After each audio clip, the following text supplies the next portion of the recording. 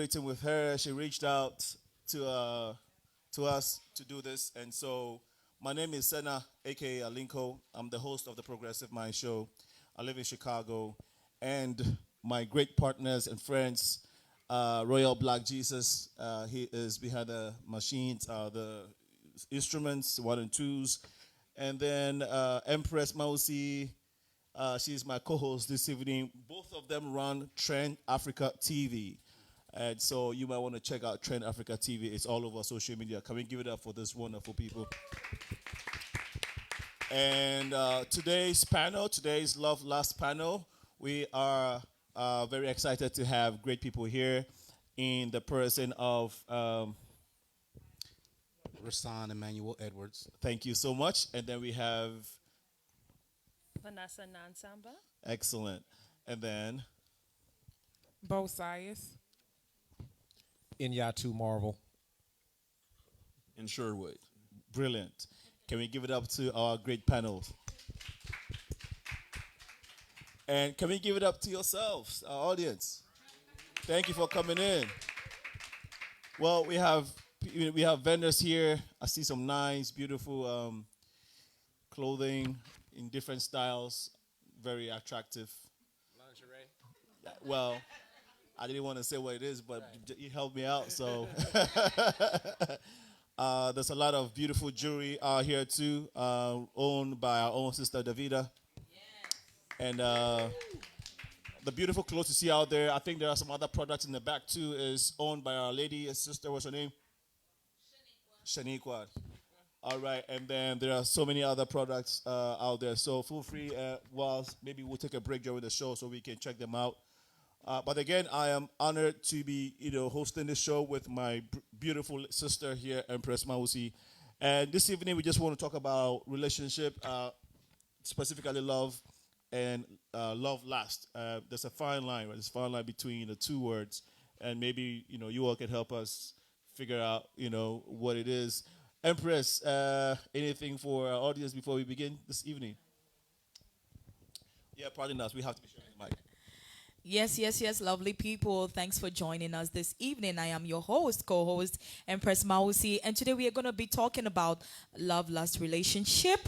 And I know we women have a lot to talk about because you guys have a lot of questions to answer. Looking at us when we walk by and all that, that is very lustful. You got to answer what you guys are trying to do. Yes, like Alinko said, there are beautiful things out here being sold, beautiful lingeries and to get our groove on later. Today's sweetest day, so just get your lingeries and some necklaces and some booze and the sweaters, and then let's get it on. So panels, thanks for joining us, and viewers, if you're watching us live, please share the feed and invite your friends and loved ones. Thanks for joining us live. If you're watching us on YouTube, Facebook, thank you so much for sharing the feed. So we are going to start off by handing the mic over to Mr. I don't want to mess up your name, handsome man. You really look really good. Thank you. Thank you. Are you single, sir? Yes, I am. Oh, Okay. all right. Single ladies, after the show, you should be checking him out. Okay, sir, the floor is over to you. Okay. Just piggybacking on one of the subjects that Tu and Shatima and the young lady that's supplying the libations. She stated that we shouldn't judge a book by its cover, and we shouldn't, but we do. At least I can say men do, because we are visual creatures. So looking at me, someone please describe what you think I do for a living. You know what? Okay, I'm going to leave that alone. The only reason I said I'm going to leave that alone is because there is an ongoing theme for the past 3 months of me pastoring, and I don't want to do it, but it is what it is. It is what it is. So You own a haberdashery. you give. Who said that, too? I did. I do not own a haberdashery, but I am a CEO of the Sock King Style Emporium, which I am a style coach to not only regular people, but I have famous clientele. I'll just say that much. So with that being said, you wouldn't think that I was a six-time loser. Saying that, if I was in California, I would be doing 2 life sentences because there's a 3-strike law in California. I have been incarcerated 6 times. Not locally, but not the county. We're not talking about just doing some stints in the county. We're talking about doing a couple of bits. And that's part of my life. I've always told people that I've probably lived 3 lives already, and I'm only 48 years old. So with that being said, I caught my first case when I was about 21. I didn't sell any drugs, and very rarely I carried a gun. My pops was in my life. I was in school all the time, and I didn't have no reason to be doing what I've done, but still I did my thing. A young brother affiliated with a gang. I was the youngest, but I was in charge of a crew. A life of crime was new, but I didn't think getting popped was part of the game. But what I know now is the wall. What I've done may not have affected me, but it's affected my child. It's the wall. There's consequences growing up on the south side in the hundreds because they're wild. It's the wall. And now I can't see my friends or family because I chose the ball because they're on the other side of the wall. Yeah. So now I'm at a turning point in my life. I did a bit of 1, a 3, a 4, and now a 5. Every day I learn something new while getting shorter too, pulling out all these stops just to survive. But right now it's pulling at my dome. Because deep in my heart, I just want to go home. I keep praying for peace and also early release, but I got to remember I got to reap what I've sown. But what I've known now is the wall. What I've done may not have affected me, but it's affected my child. The wall. There's consequences growing up on the south side in the hundreds because they're wild. The wall. Now, I can't hang with my friends or family because I chose the ball because now they are on the other side of the wall. Hell yeah. All I know is I don't want to come back here no more. Every day I'm getting closer and closer to the door. Cannot do the things of old while out here on parole for 2 years. I got to stay on my toes. And I got to stop the hustle before it begins. Because in the end, I know my child won't win. If I get popped next time, living within a life of crime, these people will lose me if I ever catch a case again. So what I know now is the wall. So what I've done may not have affected me, but it's affected my child. The wall. There are consequences growing up on the south side in the hundreds because they're wild. The wall. Now I can't see my family because I chose the ball because they are on the other side of the wall. Thank you.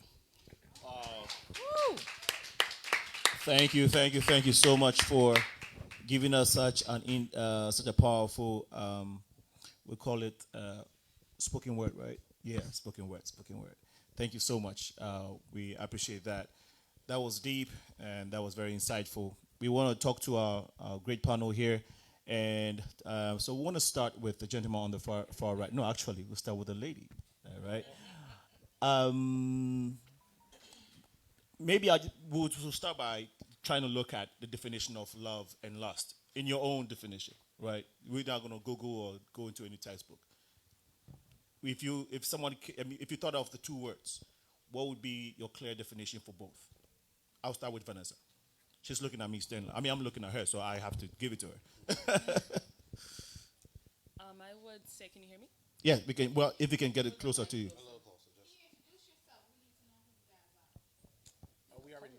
All right, so it's But maybe it would be nice to say a little bit about what you do, right? So, so hi, my name's Vanessa. I am Miss Uganda, North America, 2019 until COVID. I mean, thank you. So the question was, what is the definition between love and lust? I think love is more genuine. Like more genuine emotion, positive emotion, I want to say, that someone has for another. And a reason why I want to kind of keep it general, because you can have love for a friend, you can have love for, I don't know, I want to say materialistic items, a lover or whatnot. Whereas lust, I don't think as it is something deep. I just think of it as, I want to say something that's quick and kind of fixes, I don't want to say an itch, but a quick desire. Okay. And it's not long lasting, where I think with love, that's something that grows and actually stays after things get bad. But with lust, it's easy to just pull away from. any type of situation that isn't ideal. Okay. Okay. Okay. All right. So, hi guys. Can you hear me? Okay. Yes. All right. So, my name is Bo Sias. I'm a entrepreneur and fashion designer, also a creative design teacher, and actually with this whole Corona thing, we've sold over like 700 masks internationally. So, we've been doing a big thing That's what's during up. this kind of time. So, take this time to really invest in yourself and turn bad into good. That's all I can say. So, let me just answer this question, and I can just give it to you real straight. Love and lust is flesh and spirit to me. Okay, and being a spiritual type of being, I understand that love has nothing to do with, let's say, like lust has nothing to do with the spirit itself. Okay, lust is all flesh. Lust is what I could see, what my senses could kind of do for a temporary fix, as she said. When it comes to the flesh, it has nothing to do with aesthetics. It has nothing to do with what you look like, what you could, bring to me in that form. It's more of a how you make me feel, what voids you complete, what voids you feel for me. Has nothing to do with, like I said, the flesh itself. So lust is the flesh, and love is really the spirit for me. Okay, so in a nutshell, that's what it is. That's deep. That's deep. Thank you. You sir. My name is Nyatu Marvel. I'm a newly published author. A black publishing company approached me about contributing a chapter to the new book, Why He Married Her and Played Me, 9 Secrets to What He's Thinking. So this publisher chose 9 black men from around the country from different walks of life, different backgrounds, to contribute a chapter, just to try to give women some insight into what men are thinking. I'm also a black love enthusiast. I am the creator of 2 social media campaigns. One is the Black Men and Women Unification Project, and the other one is Dear Future Wife. I am dating with intention and have been working on myself so I can be a great future husband when the time comes. I'm also an investor and a businessman. To address the topic, or even the title of the panel, Love, Lust, I just like to share a quote. Lust looks just like love until it's time to make a sacrifice. And that's my piece. Thank you. All right. Yes, sir. Oh, well, I'm just Sherwood. I think just gonna jump right into it because I was just about to say similar to what you're saying. Lust is just a transition to love, in my opinion. I feel that it is a physical thing, and sometimes individuals' maturity level doesn't allow them to get no further than lust. But I think everybody has a lustful stage at one point in time in their life, and that lust can easily and very much transform into love because love has different levels also. So love continues to transform. It can continue to be heightened. So I think it's just a elementary stage. But if a person is a very immature individual, they would never know how to come out of the lustful state, and then therefore they would continue to find themselves into a negative, a circle, so to speak. Thank you so much, panel. Very insightful remarks over there. But I want to find out. I think he hasn't spoken. Oh, he hasn't spoken yet. Okay. Oh, how come? Oh, please go ahead. We want your response on that. Yeah, because it would be like repetitive of what has already been said. But in all essence, I believe lust is external and love is internal. When people fall out of love, it is because the external usually takes over from the internal, I believe. And for you to have a relationship, there is a special balance between the two. Because lust isn't necessarily a bad thing when you are in love. You need to be attracted to your mate. So lust in that aspect is a good thing. But as I said, I believe one is external and the other is internal, being love, being internal. Thank you.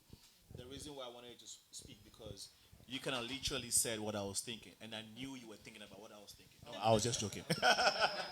I was kidding, but exactly what I was thinking is what you said. So thank you so much. Marshi, please go ahead. Thank you so much, panel. So we want to find out from you guys. Potential husband, how are you doing over there?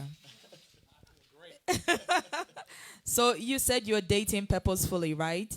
Yes, ma'am. Yes. So when don't I mean men I feel like men's brains or their sights are connected to their genitals. Am I right? No.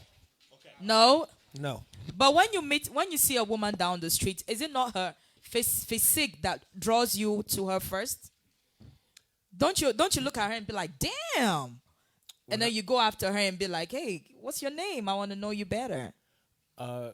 When I was younger, that probably was true. Now that I'm 46, I look at energy, right? So you can look the part, you can be dressed the part, you can be shaped the part, but if the energy that you're projecting, the energy that's coming off of you, is not the type of energy that I'm looking for, then none of the rest of that matters. So I've seen the most beautiful woman in the world say two sentences and then become the most ugly woman in the world to me. So it's not just about physical for me at this age. But don't get me wrong, I love and appreciate an attractive woman. Would anyone else like to answer to that?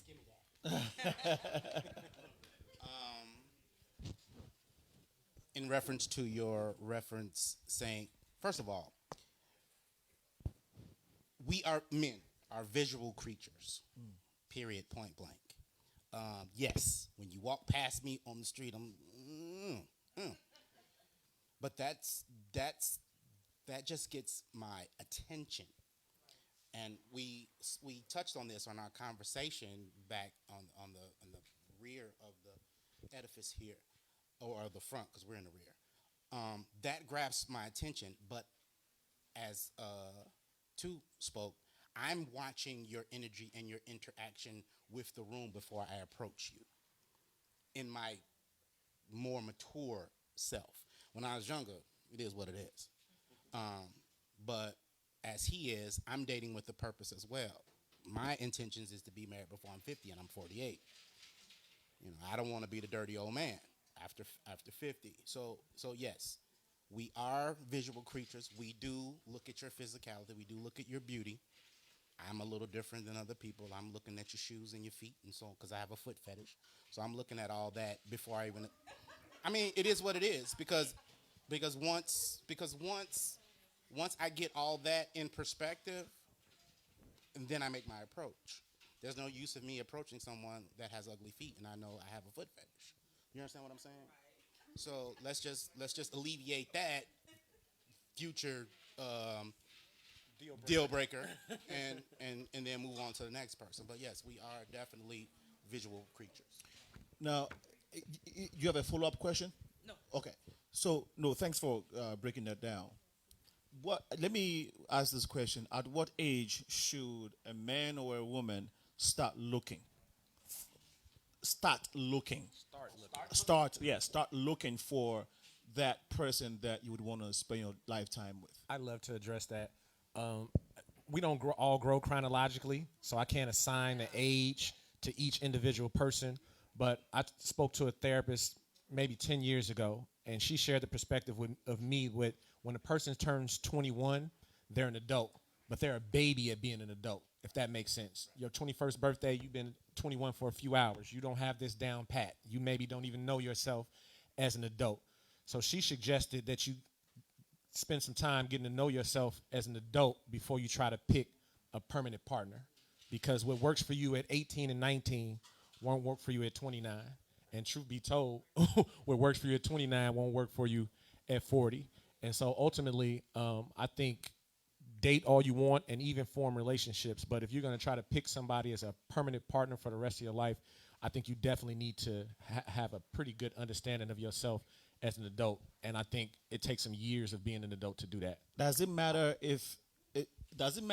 for either the male or female? The reason why I'm asking this is, and maybe I'll let the ladies respond to it. Does age matter, or at what age should you start looking? The reason why I was advised by an elderly person before I came here back in Ghana. I'm Ghanaian. And some of the advice that was given to me, and she was talking to me and my sister. She said, for you, the lady, you want to start looking at. She was talking to my sister. You should start looking when you were 20. And then she was talking to me and she said, look, for you, the man, you should start looking when you're like 27-ish to 30, because then you were not just, you were getting into your manhood, like you were more matured, and you would have more understanding of how to take care of a woman.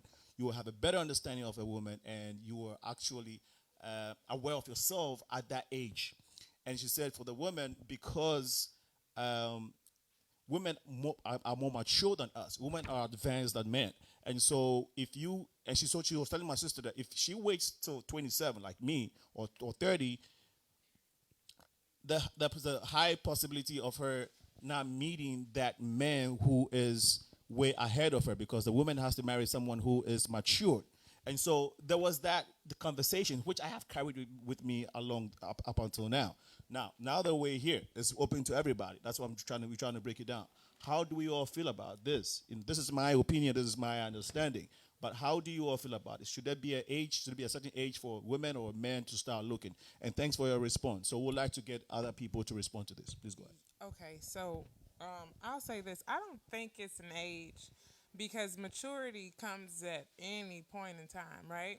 So for me, it's not an age. It's a like a plateau, a point in life, right, where you kind of decide, what are my necessities, what are the things that I value, what are the things that I treasure, what are my morals. And that doesn't happen at 18. That doesn't happen at 22, 25, 37, 39.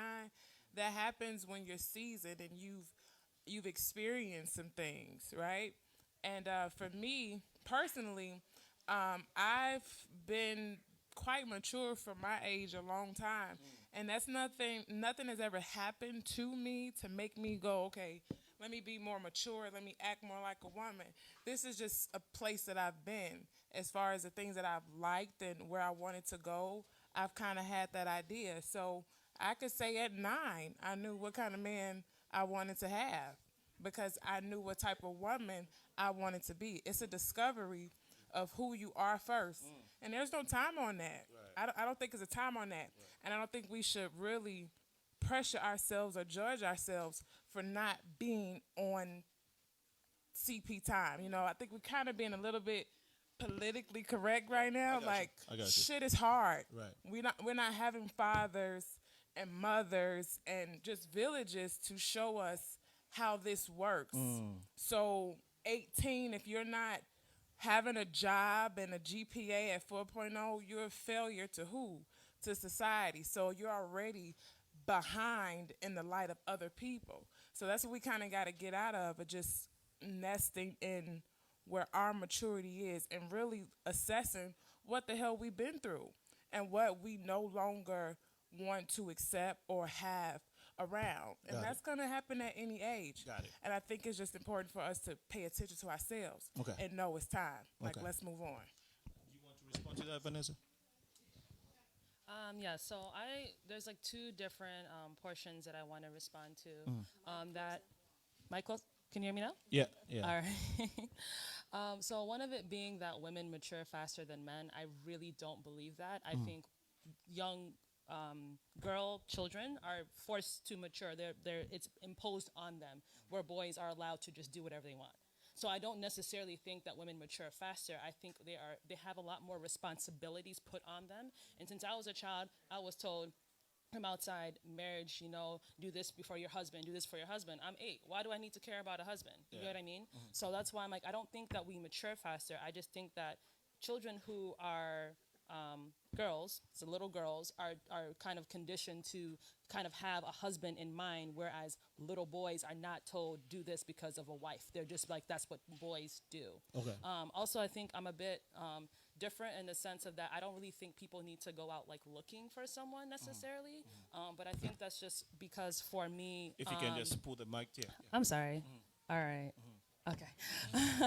I think that's just for me is that, and I think a thing that I see within my generation is that I don't need to have a life partner. Like, I think I'm getting to the point where I don't need to search for one. If I find one, that's wonderful, that's great. But I'm not putting myself out there and thinking, oh, I need to be great for a life partner. I'm thinking I need to be great for myself and be good in my lane. And if I happen to find someone that fits along that, that's wonderful and that's great. So I think that my perspective of looking for someone, I'm not like actually sincerely out here trying to find another person. If I find them, that's great.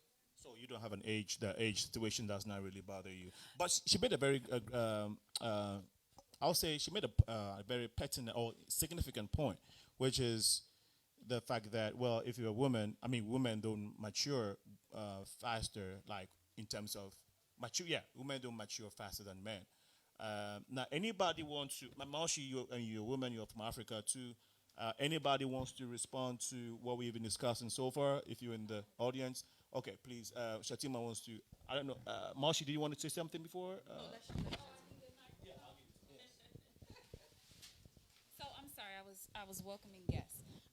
So the question is, should you put an age on when you're looking? Let me get the question clear because I stepped out for. Well, I mean, at what age should a woman or a man start looking for a life partner? I wouldn't necessarily say an age, but I do think we have a time clock for a reason. Us as women, I mean, without all of these fertility, some people, some women, you could be young and you have issues, maybe getting pregnant. But the older that you have, you could have issues. So it's a reason for that. I am a strong believer that the culture in which we live in, that kind of determines. Everybody is getting their degrees, everybody is being a boss, but we don't really focus on family. We don't really say that, oh, I want to be married, because that's kind of taboo. Oh, you too young to do this, you're not grown. My parents were 20 and 21 when they got married. My father, may he rest in peace, they made it work.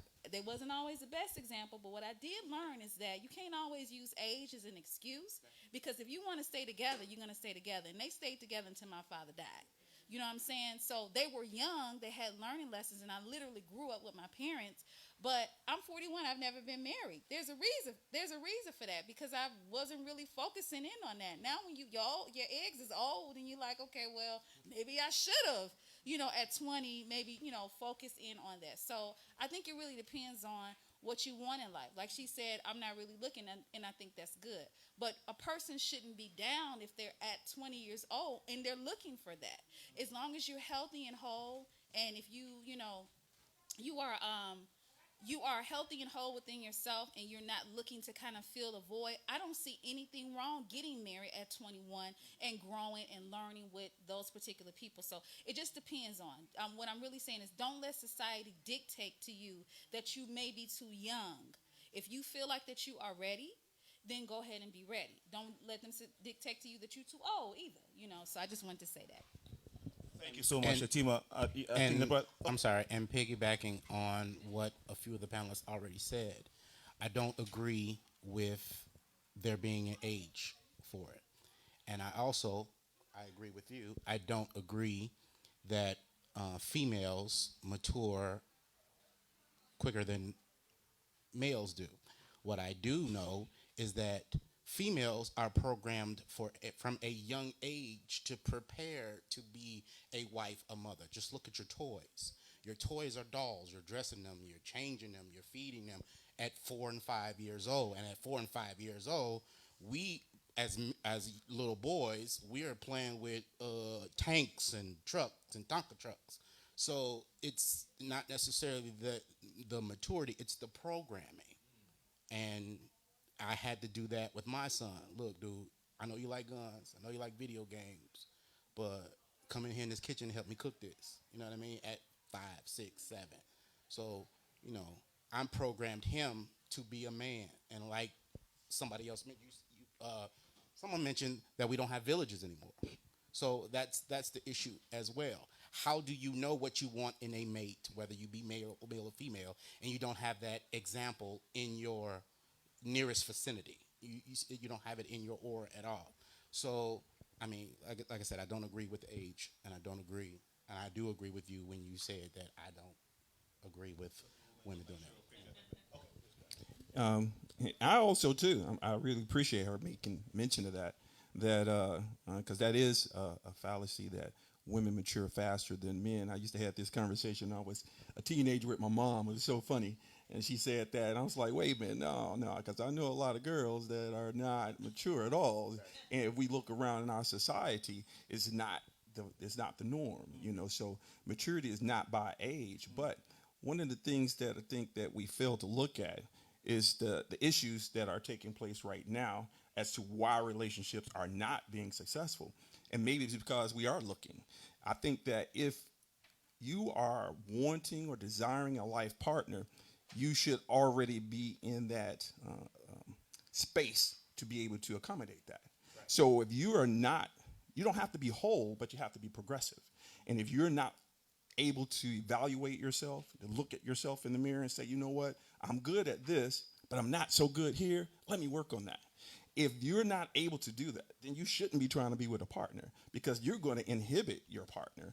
When you can't grow, how are you going to have a partner that's going to grow? But when you're in a space that you can take who you are, advance it, progress, and have a friend and support and advance, progress, then you're able to get into a relationship with someone else. And that's the only time that we should do that. The problem is that we all try to look for something that you're not prepared for. So people have to write out a list and say, what do you want? What do you want from a mate? Yada, yada, yada, yada, yada, yada. Then you turn around, well, how many of those things can you provide? Interesting, right? Because you don't think about that, because we be in a desire mode of what we want. So that's where the lust come in. We lust after certain things and certain qualities, but you don't got it. So the love come in when you love yourself. When you can love yourself and you provide for yourself and you kind of make yourself complete, or look to make yourself more complete, then you're able to give something to somebody else. But I'm in the holistic space, so I didn't introduce myself. So I'm in the holistic space for mind, body, and spirit. And what I see on a consistent basis, the lust is great, because that's how we're animalistic. We look at something and we become attracted to it because it looks good. It looks good because it's healthy. It looks good because it's clean. It looks good for whatever reason. It's well kept. So then, therefore, you desire that.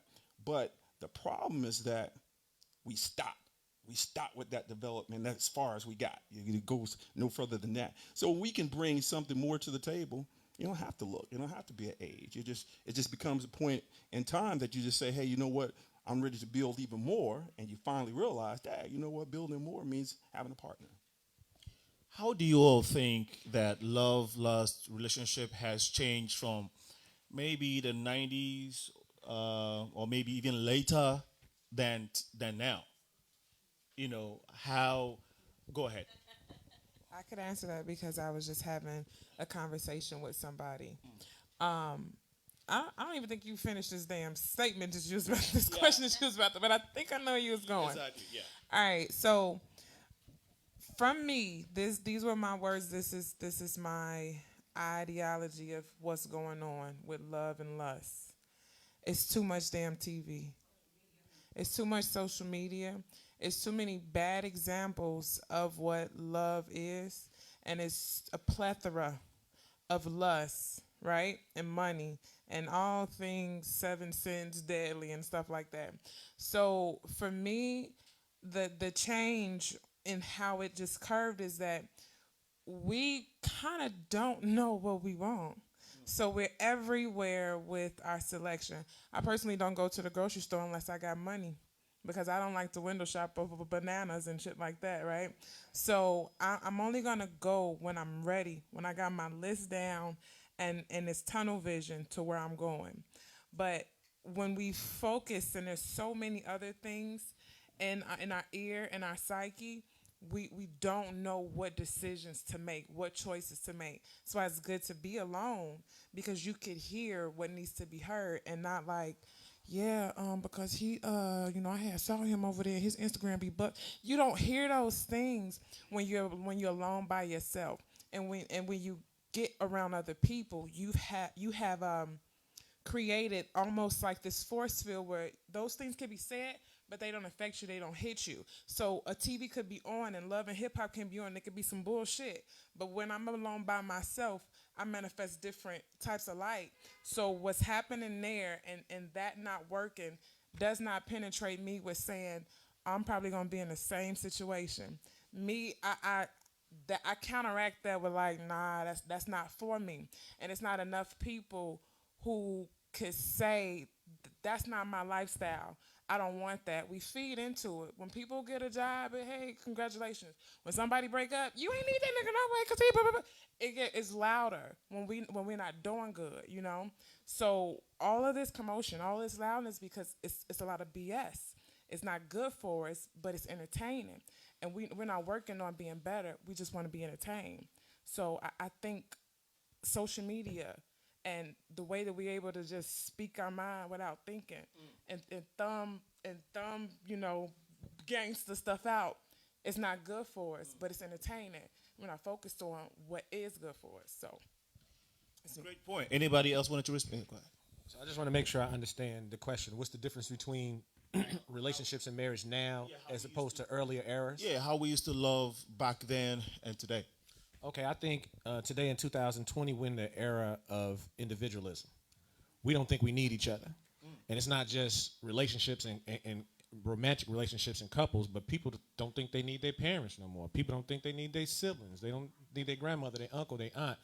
A friend offends somebody, it's like, I don't need you, And so that mindset has penetrated us through the means that she said, television, radio, social media, to where we've convinced ourselves to be ultra independent. And that's caused by trauma, right? Right? We have been let down at times. We have felt like we can't rely on people. Some people, I'm blessed to have both my parents in the house and have a village and all of these things, but a lot of people have not. And even with me having those things in my life, it took me till 46 to unlearn a lot of bad habits and a lot of terrible perceptions and thoughts I had about what a healthy relationship was, or not even putting the word healthy on the type of relationship that I wanted. So I think we're more self-centered, and that's what has been the biggest change in how relationships come together and sustain. Self-centeredness. Before you respond to it, at 7 p.m. we would probably take a short break. Shatima, you're cool with that? 7 p.m. we take a short break so we can maybe check out some of the vendors and interact a little bit. Catch our breath, drink some water, some tea, whatever. So please go ahead. I was gonna say, even though I was born in the 90s, so I'm like, I don't know the actual, and say like personally know the difference between, but I have I have friends who are like in their 50s, 40s, 30s, throughout different age groups, and I talk about relationships with them, and them being women, what I recognize is that I think a major change is what women can do now from what they can do back in the day. Women have more educational resources, financial resources. Like I think from what I have been told back in the day, women relied very heavily on men. So I think there was a higher toleration for things, whereas now they don't have to take it. If I don't want to be with you, like there's a low tolerance for things, and now they can leave and still be okay.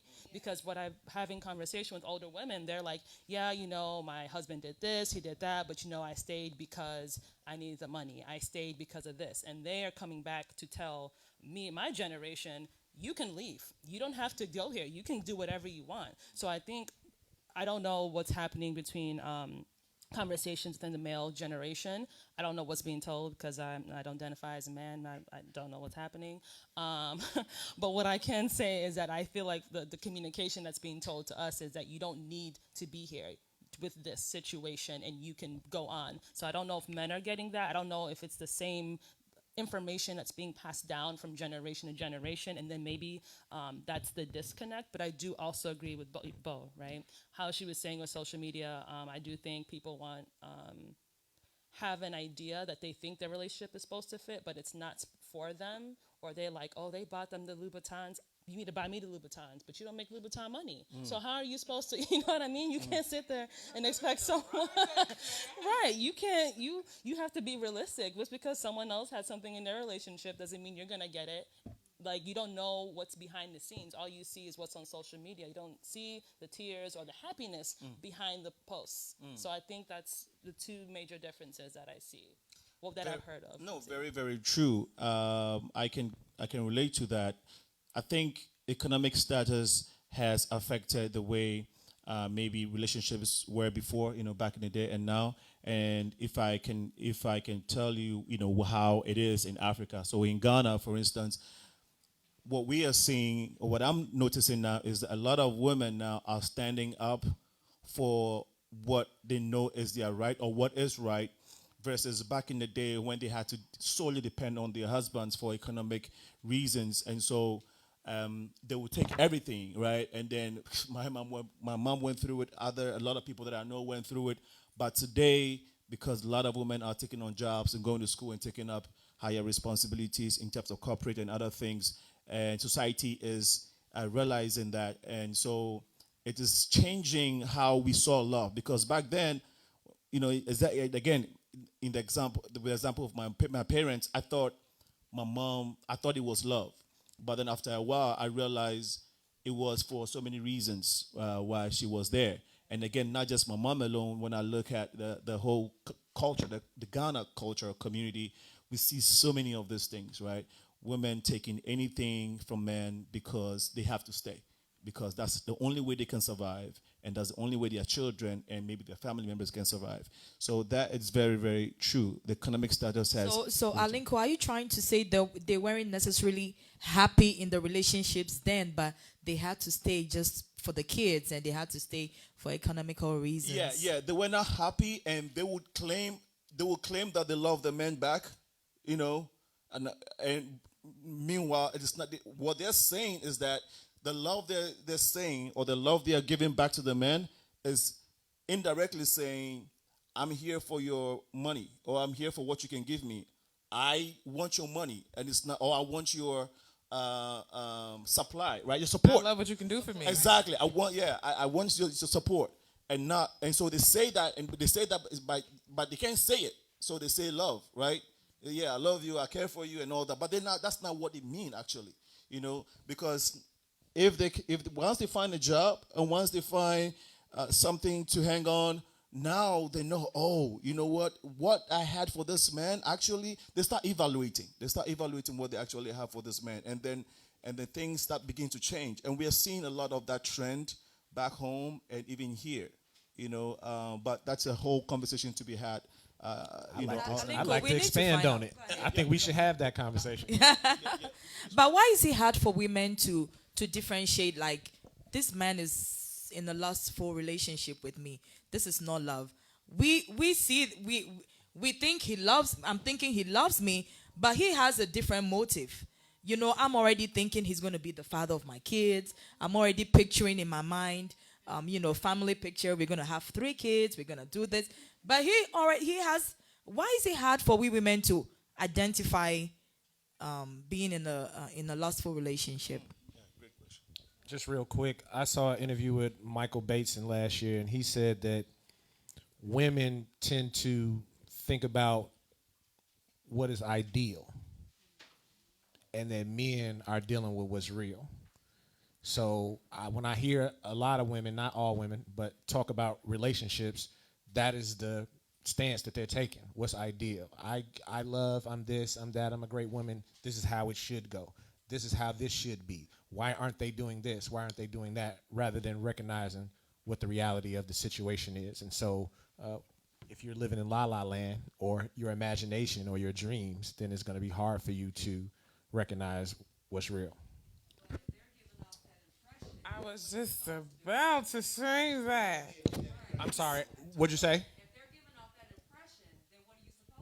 Who's giving off that impression? The guy. So this is what I was going to say, and I think we probably about to go ahead and on the same thing. So get out of my way.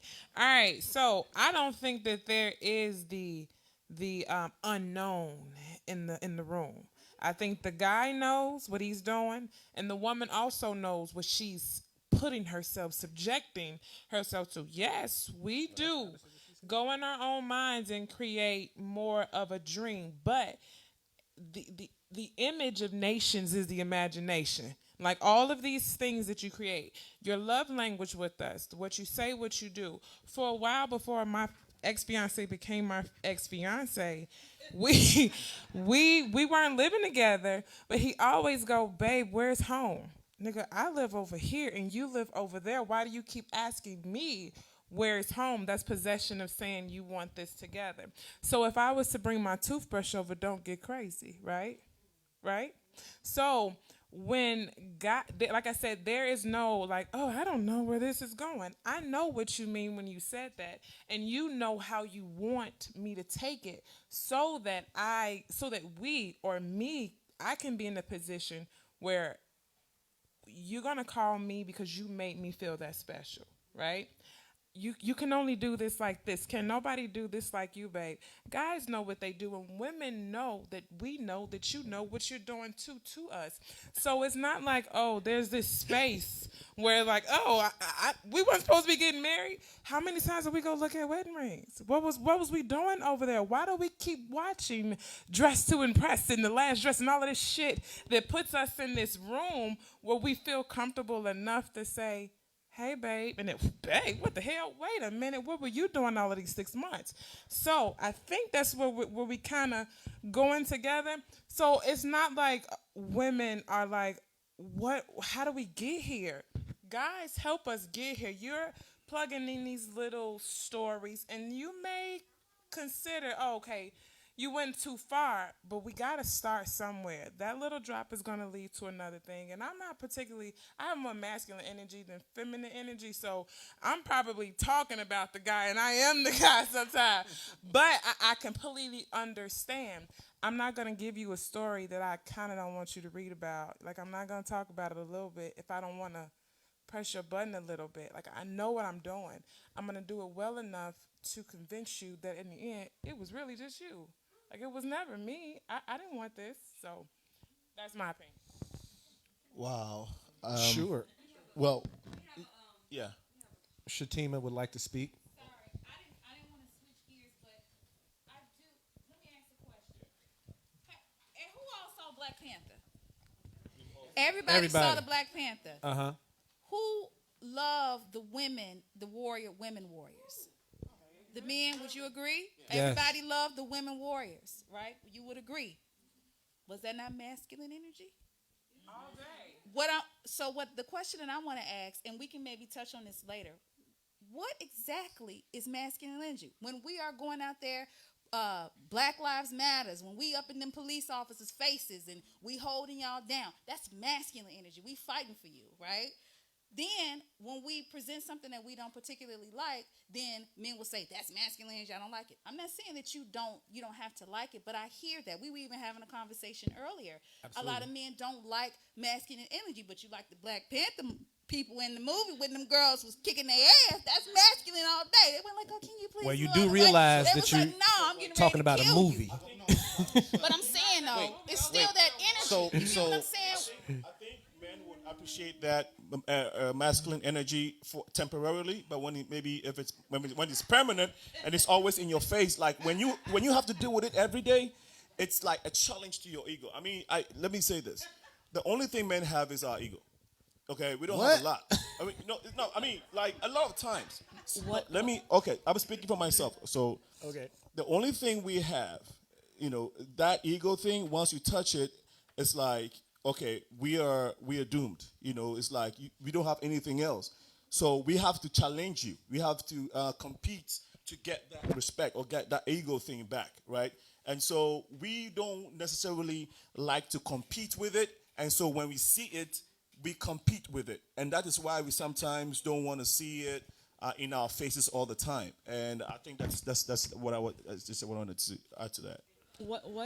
Oh, she So- has her hand up, though. Yeah. She had her hand up for a while. So in reference to what you said about the masculine energy, and the reference that you gave was in Tubu in Black Panther, that was her occupation. So of course that was attractive, but the problem comes is when she can't come home and turn that off. You also seen scenes where she was submissive to, I can't remember the dude's name, but the one that rode the rhinos. That they were love interests, so they had an interaction that was equal, and she wasn't overpowering because she was a warrior queen and he was what he was. You understand what I'm saying? So when you use that particular genre, he knows the aspect of it because once again it's fiction, one, but it is based upon the African culture. So in most cases, the African culture, the woman is a second class citizen, like she is in most other countries around in that area. Let's just keep it real. Now they have gained their independence over the years, so that's what makes it attractive. But as I said, if you can't turn that off, I wouldn't agree with the second class citizen though. They're just well, they're maybe, just maybe they- I'm classifying it wrong. yeah, but they're just expected to be submissive. Submissive. And that's it's a very well put. yeah. Way of putting it. But as we already discussed, that boss thing. First of all, you have to know what a boss is to even know that you're being a boss. We don't necessarily. It's not attractive for you to be aggressive, B rude. You know what I'm saying? That's the masculine energy that we're talking about. You know what I'm saying? I don't want you to talk to a dude in the club like I'm supposed to talk to a dude in the club and we together. That's not your job. You know what I'm saying? So if he disrespects you in some type of way and I don't see it, it's your job to let me know it. It's my job to address it in that matter. Man on man. It's not, nigga, I'll kick your ass and you a female talking to a dude. That's not sexy. You see what I'm saying? And that messes with our ego, like you said. It messes with our ego. And you're not doing it purposely, but it happens. Okay, but it's okay for you all to walk around with your chest out and you're barking at home and we cooking dinner and making sure the babies are okay. It's okay for you all to do all of this, riffraff when you get home and whatnot, but we supposed to stay submissive and supposed to continue to bow down and Explain your riffraff, because I don't do that when I get home. Not saying. And I'll explain to you why. Maybe I should say some men. Okay. I won't say all men. Maybe. I'll say some men. Let's just take gloves. Right. Let's just take the gloves off. Let's just take the gloves off. We'll say I some understand your machismo example that you gave. Okay, so let me give you my example of a relationship that I just released a couple of months ago. We had a conversation. So, and I'm piggybacking on one of the other things that we have problems with from this generation to now. In the age of communication, we do not know how to communicate. That's true. Period, point blank.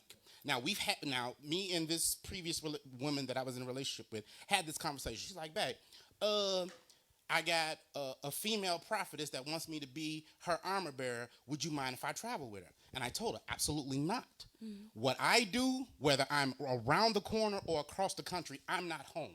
I can't be hypocritical and say, no, you can't go. That's your ministry. So we had that agreement. And I also told her, go on and suck up this old COVID thing, because once stuff open up, I'm not gonna be here, bro. So get this through your head. So when things started opening up and I started going back to mentoring, ministry, business, so on and so forth. Now, you putting me on the back burner. No, I explained to you before that from your conversation that this was going to happen. I told you this. You see what I'm saying? So with that being said, I go to work 12 hours a day between ministering and my regular job, and I come home, and because I love to cook, you don't cook. I didn't tell you not to cook, but I like to cook. So you assume that I should work 12 hours a day and then come home and cook for us. You understand what I'm saying? So that was the gripe that I had. No, communicate with me. You understand what I'm saying? I'm not saying first of all, it's my house. I'm not saying that my kitchen is off limits. For me, that should be common sense. But a wise man once told me common sense is not common, because if it was, everybody would have it. If it were me on the reverse side and my woman was gone for 10, 12 hours a day, and she did cooking and I was a mediocre cooker, which I'm not. If she was gone 12 hours of the day, there would be something for her to eat when she gets home. Period, point blank. In the reverse role. You understand what I'm saying? So for you to say, well, you love cooking, so I just didn't want to be in the kitchen. That wasn't communicated. That's what you assumed, because when we was in COVID and I wasn't working, I was doing all the cooking. Well, that's why we both gained 30 pounds, too. You see what I'm saying? Okay, I think some people wanted to respond. Yeah, the young lady, she said women are supposed to do this, supposed to do that. So who's telling you that? Right. Where's that coming from? Right. You. Oh, she doesn't have a mic. I'm sorry.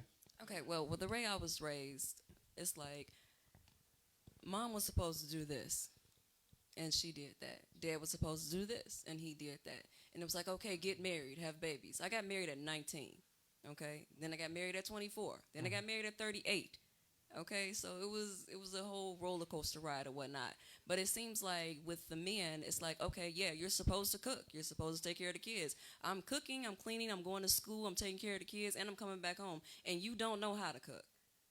You barely working your job. So it's a lot of different situations, a lot of different scenarios. And that whole us women as being, the second whatever, that's nonsense. Well, I think that happens. I think that those are exceptional cases, and not everybody, not every. I don't think that all men do that. Like Right, he's saying, that's what I'm he, saying. he just gave us Everybody's a different. typical example. Right. So I think that so I think maybe the conversation, will be, or maybe we can look at another side of the conversation, whereas how what should we be looking out for in our spouses or our life partners, right? Maybe before you even commit, you have to lay down your cards, your expectations, vice versa, and then once you know what you're both getting into. I think that in the past, like you said, we were all trained to act a certain way. Men are supposed to do that, women are supposed to do that. But in this 21st century, things have changed, and so we have to evolve. We have to be progressive in the way we do things. So those traditional roles do not necessarily exist. True. However, for some, it works perfectly. So I think it's whatever brings you peace. And so I think as a community, we need to find what works for us. If you find somebody who is cool with a traditional role, and it's going to work for you and would bring you peace, I think you should go ahead and perpetuate that. It doesn't hurt. If that's what you want. yeah, exactly. No, I'm saying for the two of you. But if you want the other side too, I mean, if you're flexible and you want to play reverse roles, that's also fun. So I think it's so important, so much important that we look at the fine details and not just the conceptual outlook, which is your job, maybe your house, your car, and maybe how good you are in bed. Because some of the little things, the fine details like the cooking, the chores, and those fine little details go a long way. So I think we should be paying a lot of attention to that. Right, that's what I was saying. Yeah. But Thanks for the point. I'm gonna jump in here real quick because I've been doing this for a long time.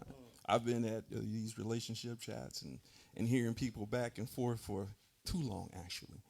And the funny thing about all this is that we're still at the same stage. 30 years later, we're still at the same stage. Even in the political arena, 60 years later, Malcolm X and James Baldwin was still talking about the same things we're talking about right now. So with the things with relationships, it's still at the same phase that it's failing, regardless of media, where it was not present or even being present. It's still failing. The reason is because we all dummy down and we don't want to really take any onus to our decisions. And when we can take onus and say, hey, listen, there's no such thing as traditional roles. That's been also programmed. But there's a such thing as role. If a baby get born, I don't have a breast to put into that baby's mouth to give it milk. So I can't do that. I can do other things, but I can't do that. And that special power gives women a different power to be a nurturer, period. Nurture, baby stage, nurture, adult stage, nurture in a relationship. That's what you are. Can he complement that? Of course he can. Should he complement that? Of course he should.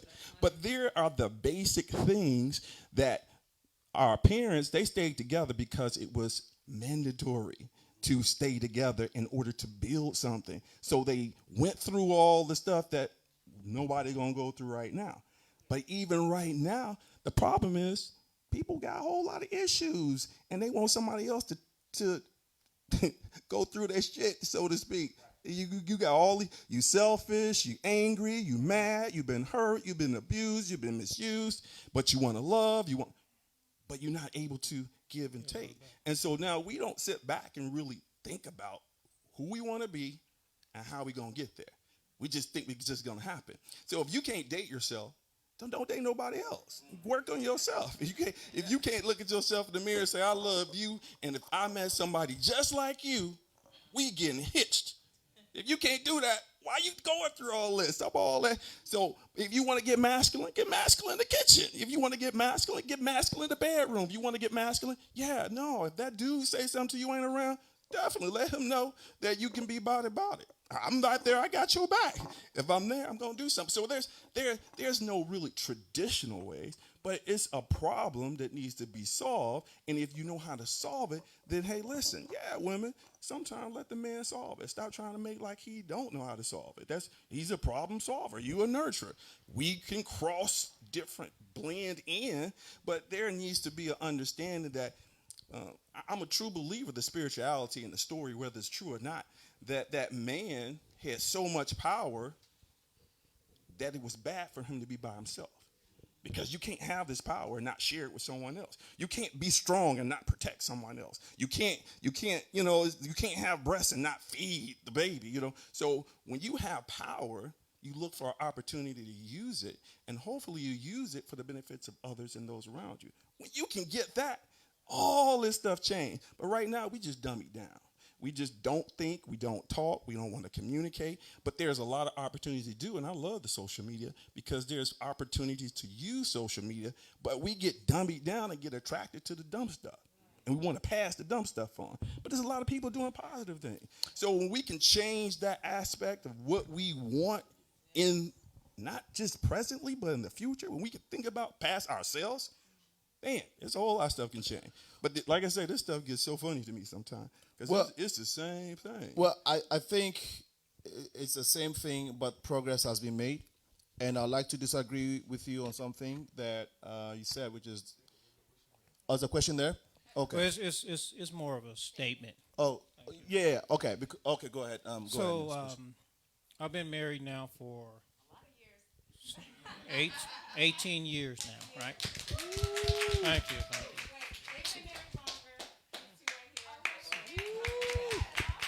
So it's okay. That's okay. So here's my point. The stylish brother from the South Side. You're absolutely right. It's all about communication, and this is marriage, non-marriage. It's marriage, non-marriage. It's with relationships with your friends, with your family, with your parents, your siblings, right? But you hit it right on the head. The traditional thing, it's passing. It has passed. You really have to take a relationship based on the two individuals.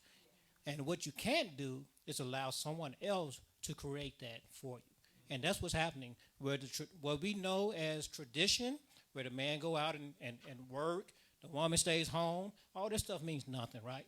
But it's going to get so bad because there's so much bad stuff. Where I hear you on the positive thing on social media, but there's so much garbage on social media that's programming our little boys to not act like grown men, right? You know where I'm going with that, right? So we have to make sure that we understand what we are giving our kids and what they're seeing so that we can really create what marriage relationships supposed to be. We can't let social media dictate that. We can't let some of the people who are creating shows dictate what our men, our black boys should do, how they should look, how they should act, how they should walk and talk, because they're doing it and they're trying to eliminate people who have that alpha male type of energy. They're trying to eliminate that to something else. So that's it. Communication is it, brother. All right. Thank you so much, brother. I'm just going to piggyback a little bit on what my husband said. And first of all, I want to say it is who you marry. I've married a wonderful man who has been a great provider. If I wanted to stay home, I could. So I just...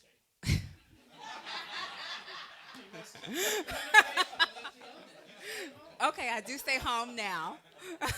So I really think that it takes balance. I mean, we have two boys, and if he's not home, the boys are different. They really expect that masculine energy from him, and I see how they respond to it versus when I'm saying, go do this or go do that. So it really is about balance and about who you marry and the respect. And, for me, I always think of love as love is kindness, love is biblical, love is kind, love is patient, all those things that really it goes back to in that friendship and that mutual respect for one another. So I do think that this is a good conversation to continue to have, but, it's important to just keep in mind that, love each other, be kind. And it's just so great to be around all these black people. Nice. No, nice. I love it. I think it's 7 p.m. It's past a little past 7 p.m. We're gonna take that break. Something that I want to touch on. So when we come back, let's be thinking about this. When we come back, we want to go into communication. They want to talk about cultural differences. But then the thing that I wanted to mention, so that we'll be pondering about, is when I said I disagree with my brother, the traditional thing that he mentioned, and then my brother also talked about tradition, going out of the window. But his wife mentioned something that I wanted to talk on, which before they started speaking, which is balance. So the reason why I disagree with tradition going out of the window and no longer existing is that if you look at a lot of other ethnic groups or other races, let me not even say races, but there's no way you can do completely away with tradition and stick with modernization. Like I said, the key word is balance. She said something very important. Per tradition, we were trained and taught, or maybe per tradition, we knew that the man, the man's authority at home goes a long way. So when you say sit down, the voice of a man that says sit down is probably different from when the mother says that. I'm a man, so I know when my mom says something, my father says something, it's just two different things. Traditionally, we're used to that. Now, to say that, well, that does not matter. That traditional way of upbringing or the traditional way of doing things within the family structure is gone out of the window. I'm not saying that you don't like it. I'm saying that I don't think that it's completely gone out of the window, and I feel like as a society we should find a way of balancing it. Now we can say that we want to stick with what we used to do back then, even though it might not be working now. No, we can always find a balance, tweak it, and make sure it's working, because stuff that we used to do back then within the family structure, within our communities, really, really thrived us and we benefited off of that. And so I feel like a balance of what we used to do then and now would help all of us. But on that note, we will come back because I know there's a lot of rebuttal to that. I know there's a lot of rebuttal to this. So this will take us for the next half, right? So that we can have this to end communication versus the cultural thing to talk about, all right? But please, I purposely left this for the last so that you all can come back. Because if I hadn't done this, after you've shopped, you might just walk out of the window. I want you to have something. I want you all to have something to talk about when you come back. So in the meantime, can we, first of all, let's give it up for our audience. Let's give it up for our audience. Let's give it up for our audience. You've been great. You've been excellent. Great energy. And then to our great panel here, let's give it up for them. Great panel. And to our producer, Black Jesus, let's give it up for him. Let's give it a great job. My co-MC, Mousy, let's give it up for her. All right, shall we take a break? We shall be right back. Wait. We got to give it up to Shatima, who put this whole thing together. Yeah. The boss. Right, on that note, we will take a short break and then maybe 10, 15 minutes? 15, okay. 10 minutes.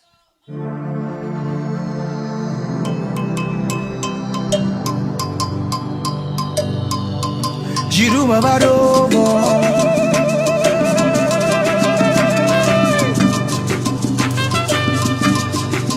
I wake up and I call you late. Felt the beats to make a way. It's time I leave a pay. How long would I leave on day? Hey, lose the pain, I'm feeling free from all this pain. Yeah.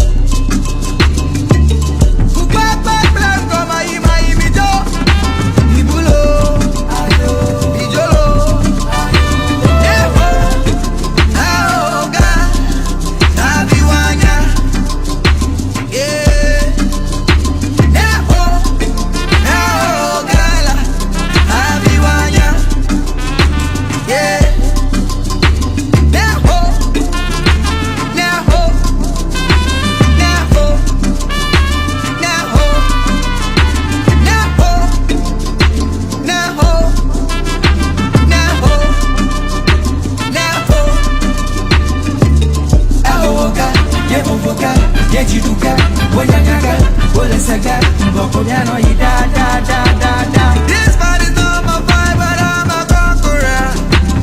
A conqueror. Chidula manya. I'm a sweet. Win.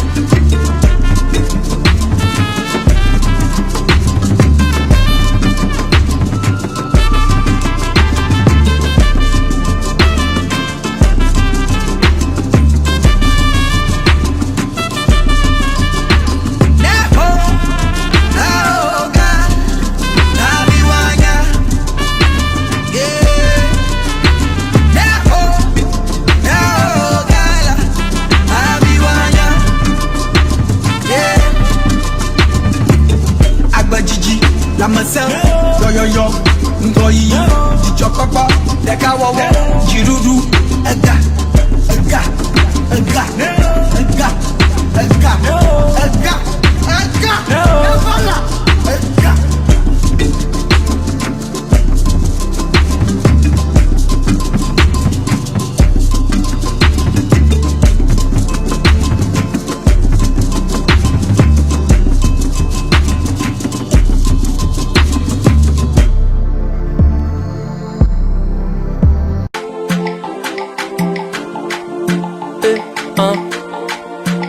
Yama we yellow can no see chatter.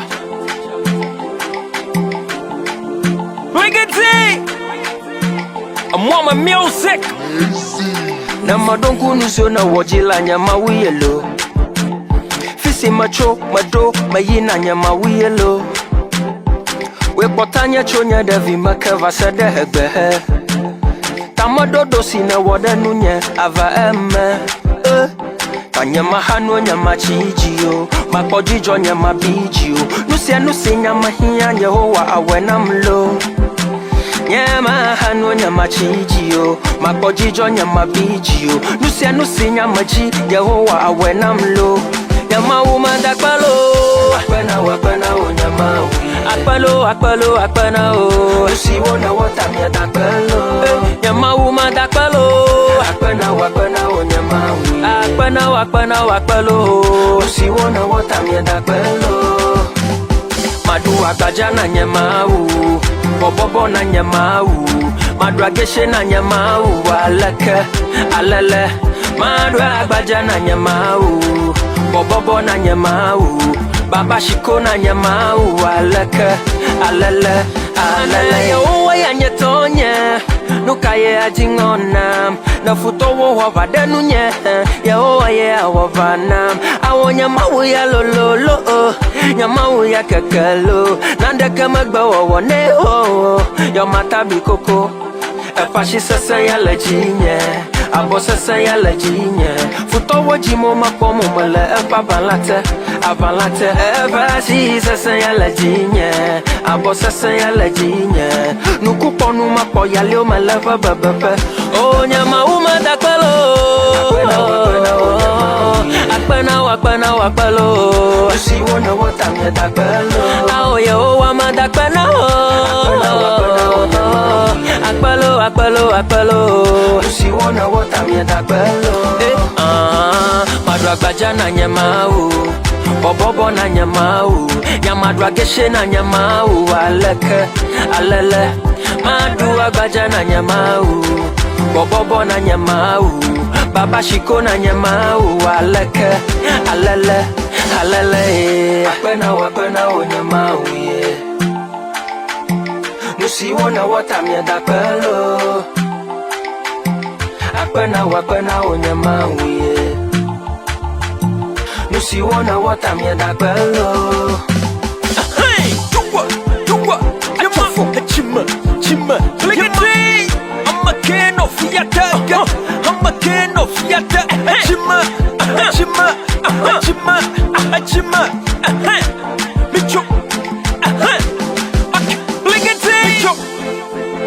Can no see.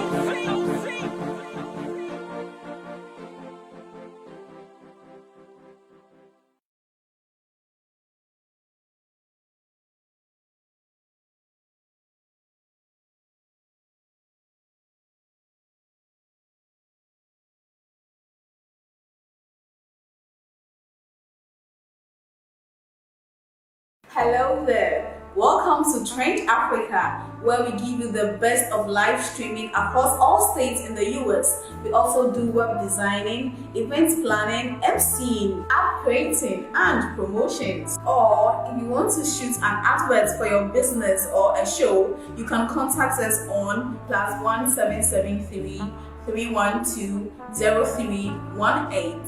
For more information, you can visit our website at www.trendafricaonline.net and also on our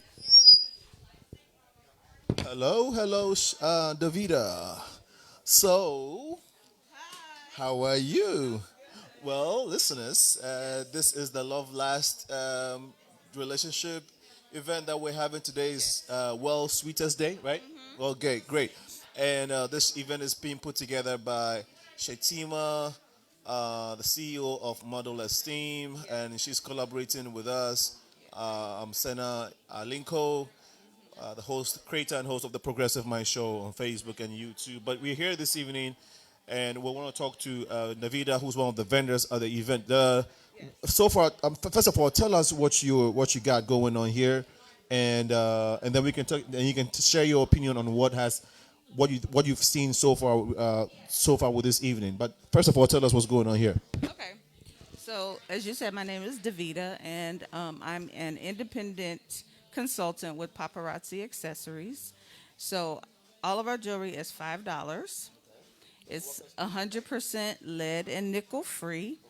So, I have an assortment of bracelets, necklaces. All of our necklaces come with a complimentary pair of earrings, bracelets, rings.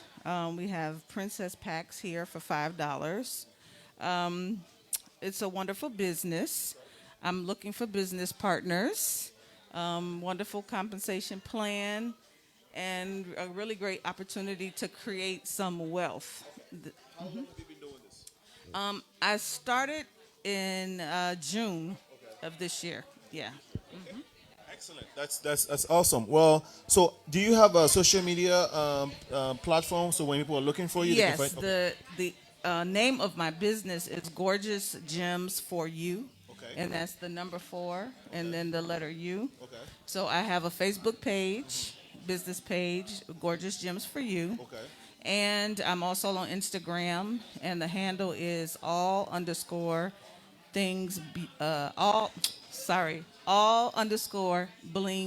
beautiful. Great. All right. Thank you so much, Davida. We shall come and check your stuff out. This gentleman's looking at your stuff, so you might want to help him out. Well. Hello. So tell us your name and what is going on here. My name is Danielle Humes. Actually. Hi, my name is Danielle Humes. The name of my brand is Indigenous Royalty. Mhm. So for today's event, I wanted to bring some different colors and selections from my Black Love Like the 90s apparel. So it highlights a lot of different popular movies and TV shows from African American culture. So we have Love Jones, Poetic Justice, Brown Sugar, Coming to America, which has some, very nice African, authentic, traditional things. So that's actually one of my favorite movies. And then this comes from a popular TV show that highlights college, like Dwayne and Willie. The name of the show is called A Different World. And then this is another popular show, Martin and Gina. It's beautiful. Pretty classic. So these are some of my popular items. So I definitely wanted to highlight that for the event. It was definitely a great fit. Social media? Yes, Facebook and Instagram as well. We also have a website. It's Indigenous with a Z at the end, Royalty. So if you Google it, we definitely are findable on Google. Your view on the event so far tonight? I definitely enjoyed the panel discussion. I might chime in on the second half to kind of speak from a millennial that's married as well. I've been married for 7 years. I've been with my husband since we were in college. So, we've gone through, that Phases. early 20s, still in college, having children, evolving and getting older and mature. So, you learn about, creating your own narrative and your own traditions and your own family and marriage through those age groups. So I think it's pretty important to really understand that you can change the narrative for your own family. You don't have to live by tradition. Right. You can create your own tradition. Exactly. So that's something that we do in our household. That's beautiful. Thank you so much. Well, you're still watching. You're watching us live on Trend TV Africa. This is a collaboration with the Progressive Mind Show, which of course I'm the host, and Shetima is the one that's putting this event together. Shetima is the CEO of Model Esteem. Come with me. Let's talk to some more vendors. Hello, lady. Tell us about your products, your name, and what's going on here. Hi, my name is Honey of Drinks on Feet. I offer fruit honey teas. I offer peach, mango, and a honey apple crisp, 100% juice. They are spiked and non-spiked. I also offer bartending services. I teach classes, cocktail making classes, and I do various private events. Yes, they are spiked. Uh, I missed the mic. No, so you have some liquor in there. Yes, we Okay. have rum, we have whiskey, and we have vodka. Oh wow. And then we Okay. also have plain. Oh, you have plain. Plain. Plain. Okay, great. Plain. Okay. So how can people find you on social media? They can find me at Drinks on Fee Inc. on Facebook. And then they can find me at Drinks on Fee on Instagram. Okay. Right now, people are watching you on Trend TV Africa, y'all. and Trend Africa TV, and we're doing this. We're doing this with the Progressive Mind Show, which I'm the creator and the founder, and of course working with Shatima. So we're glad to be here and for you sharing your product with us. I'm gonna taste it right after this, right? Because we're gonna go to the next session of this event, but I'm gonna have some with me, so I'm definitely gonna check it out. But your view on this event so far? It's been very good, very good. I am very impressed with the different aspects of the different points of views, the different generations, and I'm really enjoying it so far. Excellent. And maybe when we start, we might try to get your opinion on what has been going on so far as well. Okay, yeah, because I know you have a lot to tell us. So I may have a little bit to say. a little bit to say. Okay, we want to hear that. Thank you so much. All right. Okay. So you were the one here? Oh, sweet. Okay. Hello, little man. How are you? It's past his bedtime. Oh yeah. So he's still looking at us. You got to be mommy and boss at the same time. Well, so what is going on here? If you can tell us about it. Well, my name is Lauren. Okay. I'm the owner of Dream Lit Candle Co. Mm-hmm. I make hand poured candles, coconut, soy. It's all natural. Wow. Yeah. You make this yourself? I make them all, hand pour them in my kitchen. Wow. Yes. Do you have different fragrances? I do. Okay. Let me get you a little sniff. Okay.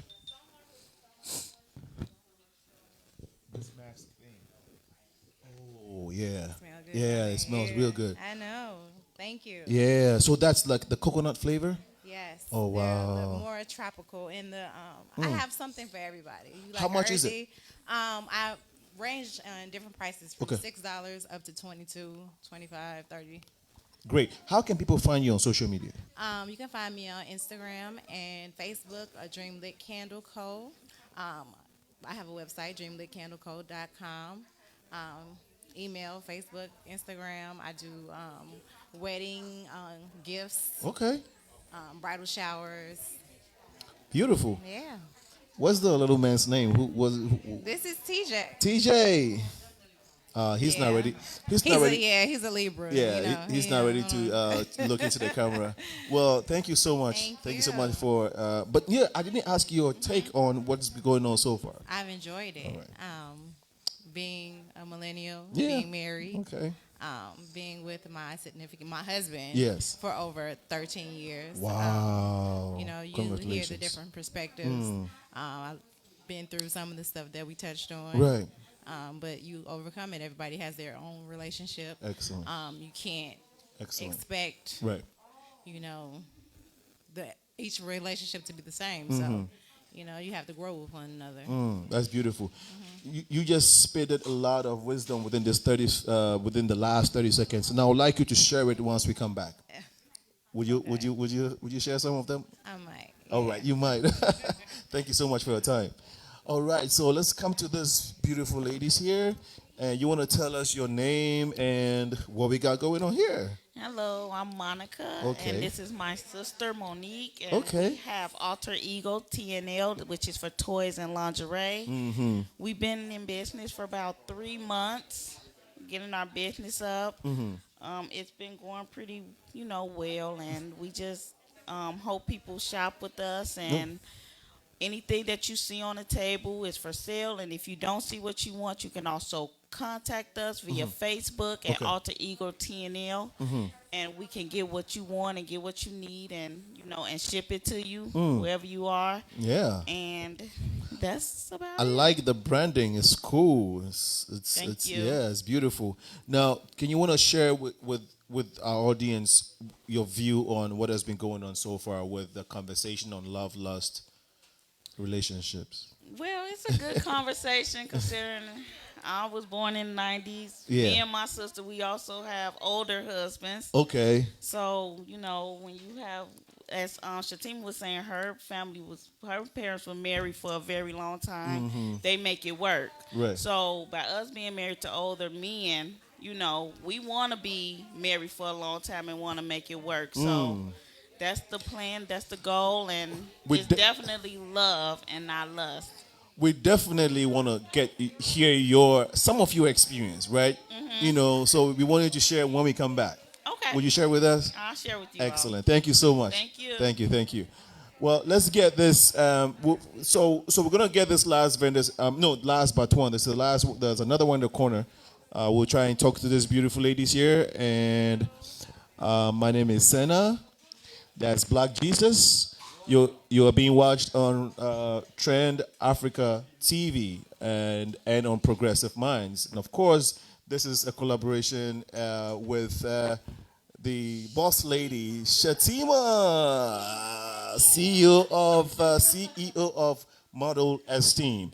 Okay, so tell us what you got going on, your name and what you got going on here. Well, my name is Kim, and I'm the owner of CBD Body High. Oh, So this nice. is Where we are. We've been here for a year. I'm really grateful to Shatima coming. I'm more of a low key, and she's the, The high key? She's the high key.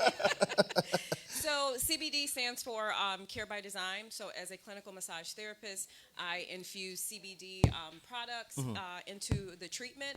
And it's not necessarily massage. Massage is nowhere on the door because I don't want anyone thinking I should treat myself, as opposed to I have serious issues, whether back pain, whether, knees, ankles, whatever. Let's go in there and let's work and let's do a treatment. So doing a clinical treatment and also using CBD products, which are amazing. And it's from the hemp plant, not the cannabis sativa marijuana plant, but it's still the same CBD molecular structure is going to be in the hemp as it is in cannabis sativa. So it's just a beautiful medicine. And being able to use that in a treatment is awesome. That's why I see you have different products. Yes. So we have honey that's infused with CBD. CBD is just a natural anti-inflammatory. So if you have any issues, and as we know, Dr. CB talked about, a lot of our diseases come from inflammation. So being able to take care of inflammation in our bodies internally would be able to help. So a lot of our clients come in for pain, anxiety, and sleep. So CBD infused with the honey, you're able to take that internally and being able to just bring about a level of relief through the body, and again, taking care of the inflammation. So like we have turmeric infused with CBD, and turmeric is just another natural, anti-inflammatory. So all these are made locally, right? I'm sorry? All these are manufactured here. Here in Illinois? Yeah. No, this is out of Colorado. Okay. Oh, okay. We do have a cultivator, Banner. They are out of Illinois. Okay. And we have Black-owned Candle. Who is this? This is Cali Decor. So supporting our, Sweet. local How friends. can people get to? What's your presence on social media? What's your social media handles and all of that? Where did she go? This is my daughter. Okay. How can we look? Social media girl. Yeah. Yeah, you guys can follow us at CBD Body High on Instagram as well as on Facebook. Okay. Yes. Right. Thank you so much. Thank you. Your quick take on what is going on so far, quickly, like your view. Your opinion on what has been going on so far with the discussions on love and lust relationships. Well, you've been here from the beginning, right? Right. Okay. Just your opinion, like what you make of it so far. No, I think it's very interesting. I noticed the only thing that kind of set a core with me, and I think a lot of times we miss, is the word submission. And I think when we hear submission, we don't see the beauty in it, but there is a level of beauty, and we're just so quick to not know the beauty. And I guess that was just the one thing that kind of got me. We'll let you expand on that when we come back. All right. Thank you so much. All right. So we will do the last person. You are watching Trend Africa TV and the Progressive Mind Show. I want to talk to our beautiful lady here. Tell us what you got. Oh, sorry, are you in business? Okay. We want to talk to this last person. So, ladies and gentlemen, we are. Can the panel take their seat because we are about to begin the next session. We're just doing this last interview, and we'll get onto it. Please tell us your name and what you got going on here. My name is Shaniqua. I'm the owner of Sade Collections. So I have a plethora of lingerie pieces, and massage oils and massage candles. And this is one of my pieces. I see what's going on there. Okay. And I have a role play book that I wrote. You wrote this yourself? Yes. And it's called role play? Yes, it's a bunch of role play scenes for you and your partner to act out. Can we? The other pictures in there, or no, it's not no picture. Okay, so you have to read them out. You have to read and get to understand what you got to do. Absolutely. Wow, yes. That's beautiful. And how much are these? The books are $10. $10. Yep. Okay. You take cash up, right? Yes. Okay, I'm gonna purchase one. Okay. So that when I find my significant, other, I'm gonna read it and be prepared, so that when she comes, I know my role. Absolutely. And probably teach her role too if she doesn't. Okay. Exactly. Yeah. So you haven't figured out. Yeah. Okay. So you gotta get. How can people get this book? It's on Amazon, or you can go on my website at SadeCollections.com. Sweet. Okay. Your view on this event so far? I like it. It's very interesting. I love the conversation. So I feel like it's going really good. Thank you so much for your time. Thank you. I'm gonna pick this. I'll come back and swipe my card. Okay. Cool. Sounds good. Okay. So just put on the side. Oh, thank you so much. All right, panel. Can we have our panelists back here, please? Thank you. Hello there. Welcome to Trend Africa, where we give you the best of live streaming across all states in the US. We also do web designing, event planning, MCing, app creating, and promotions. Or if you want to shoot an advert for your business or a show, you can contact us on +1 773 312 0318. For more information, you can visit our website at www.trendafricaonline.net and also on our social media platforms at Trend Africa TV. You can download our app Trend Africa Online on the Google Play Store and App Store. Trend Africa, redefined. Beat killer. Oh yeah. Copy portion. Hans Brex. Land of mercy. Everybody want a good thing. Day in, day out, we keep searching. We hustling for a better life. A better life. A better life. I want a better life. A better life. A better life. A better life.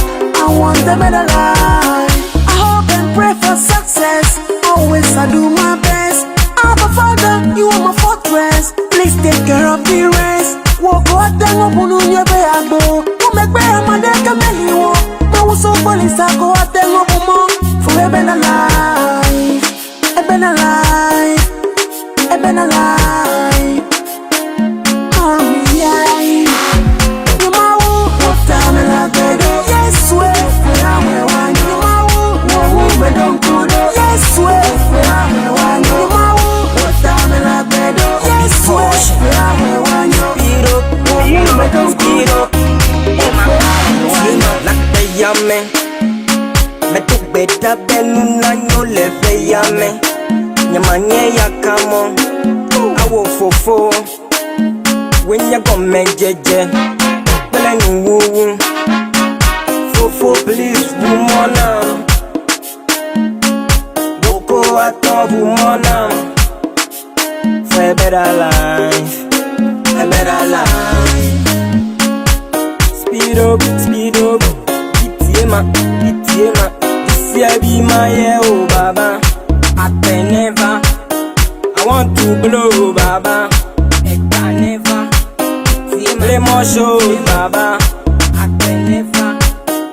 Make more dough, baba. I can never. Speed up, yeah, be my year, oh baba.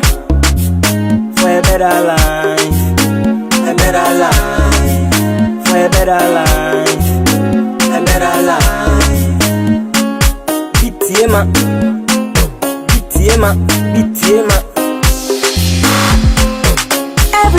want a good thing.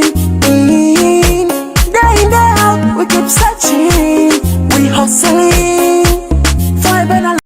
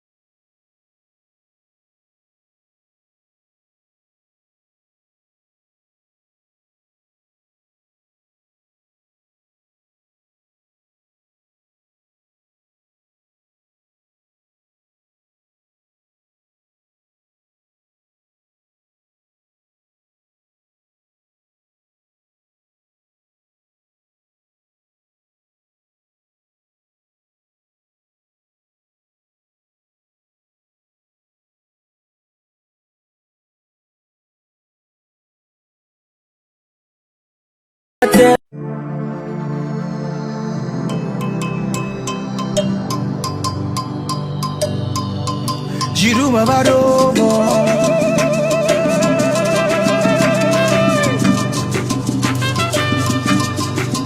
I wake up and I call you late. Felt the beast to make a way. It's time I leave a pay. How long would I leave on day? Hey, lose the pain, I'm feeling free from all this pain. Yeah. Goodbye, bye, bye, come on, my door. Ibulo, Ijolo, Ewo, Aoga, Abiwanya, yeah. Ewo, Aogala, Abiwanya, yeah. Ewo, Ewo,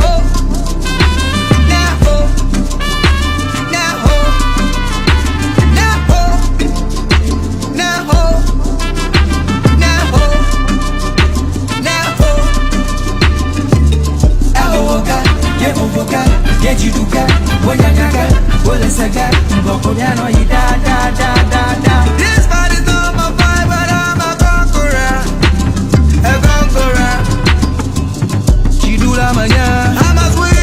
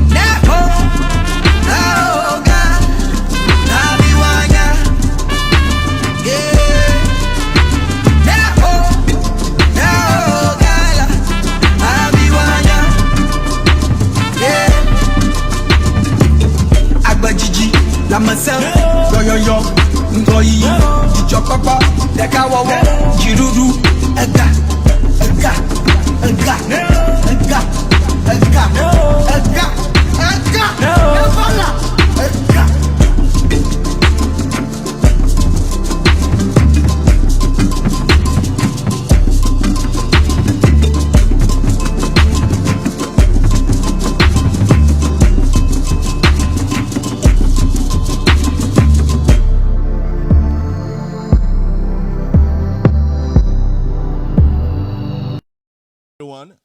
We are back to today's Sweetest Day event, Love Last, organized by Shetima Webb, CEO of Model Esteem, in collaboration with the Progressive Mind Show, with the host, myself. Alinko, and then my brother here, Black Jesus, CEO of Trend Africa TV. I am co-hosting this event with my beautiful lady sister, Empress Mausi. Can you give a wave, Empress? Yeah. Our panel is also ready. I think we have two new faces, no, three new faces. We lost some, but we've gained some. Great audience. You've been wonderful so far, and I know that for the second half of this event, you'll be more awesome. I spoke to some very nice people with very interesting experiences. No, I would say interesting, but interesting stories, and people who also have had a lot of experiences in their marriages. So we would like them to share some of their stories with us. We left off with the, I would say, argument, but on the point of the cultural thing, right? The tradition, old and new, right? So we want to get back into that. Now, audience, at any point in time, if you feel like contributing or saying something, please let us know, because I may not catch it because of the distance. Okay. So let's start with let's start from where we left off. My brother, please go ahead, because some people just came. When you get a mic, please reintroduce yourself just by saying your name. That way, the people who just came. Okay. Now, if you're on Facebook and you watch, please share it. Okay, because what we're discussing is about us. It will go a long way to benefit someone. So please help share the feed. Please go ahead. Yeah. My name is Sherwood. I'm a holistic trainer, health and fitness, and we definitely left off. I think you were saying a rebuttal. I want to clarify, because I didn't or wasn't intending to throw tradition underneath the bus. I said that there is no need for tradition. The definition of what we would consider tradition, a lot of times here in America especially, a lot of what we've started to believe started at a point of slavery. But we have history. We have much, much more history. And with that being said, it was always the common sense to do is need to do what needs to be done. If you, the woman, can get a better paying job, then maybe you might be the breadwinner. But that doesn't mean for traditions that roles necessarily has to accommodate that household. It doesn't have to be standard that, hey, you go do this, you go do that. But then the problem, though, when we start talking about just traditions, and not necessarily throwing it on the bus, but what I was saying earlier, women are nurturers. And so for that reason, there are certain things that should be done, and there's certain role plays should take place. And I think that's what's being missed. Sometimes we fret at these particular roles, and there's just some basic stuff that needs to take place. Should a woman cook? Of course she should. Should a man cook? Of course she should. Right. And that's it. So you also saying the same thing, the balance thing, exactly. Right? How do we balance that? But here's the problem with the balance, and I said that earlier, is that even being in the space of me being like in a holistic space, it amazes me how many women can't cook. It's amazing. That in itself will save and transform the whole society. Just that. If the nurturer can nurture, the whole society change. Yeah. But what happens is that people fight against roles that they should basically have. Okay. No, thank you so much. And I think you about to get your head chopped off. Let me just tell you. I'm just saying that we would get into the cultural thing too. So that's a great point that you just made. Thank you so much for making that point. Please go ahead. Oh no, I was gonna let one of these ladies that wanted to chop his head off. Robin or Shatima, which one of you? Good evening, everyone. Good evening. As it was pointed out, some have swapped out, and I'm one of those who have gotten tapped into the game. I'm Robin Lee, and Mr. Sherwood just totally took me all the way off of what I was going to talk about. Okay, because say what you wanted to say, and then you can respond to him. No, I just want to respond to him at this point. As far as women, and we are supposed to be able to cook. Oh my goodness, let's talk about roles. If it's about masculinity or femininity, what about guys who you pull up at the gas station and there's a lady that gets out with her debit card, pays for the gas, pumps the gas, and there's a guy broke back in the seat. Oh my God. While she does all of that. So let's come on now. No, we're talking about what's happening today. Yes, right. Today, right now. Yes. Not what we would hope for it to be, what it used to be, because all of those old rules and standards really never apply to us anyway. Not here in these ununited states. Let's take it back to the days when we were kings and queens. Let's take it back to the day when the man went out and got the kill and brought it back, and the woman took care of everything else. But see, if I'm out getting the bacon, bringing it home, still got to jump up and down and make you happy, you know, there are some roles, but we all can cook, baby. That's your worry. How about these brothers that come behind you and nobody tells them, pull up your pants, itchy booty looking? Tell them why. And tell them where that really came from. It didn't come from, because you gave me the mic. It didn't come from prison.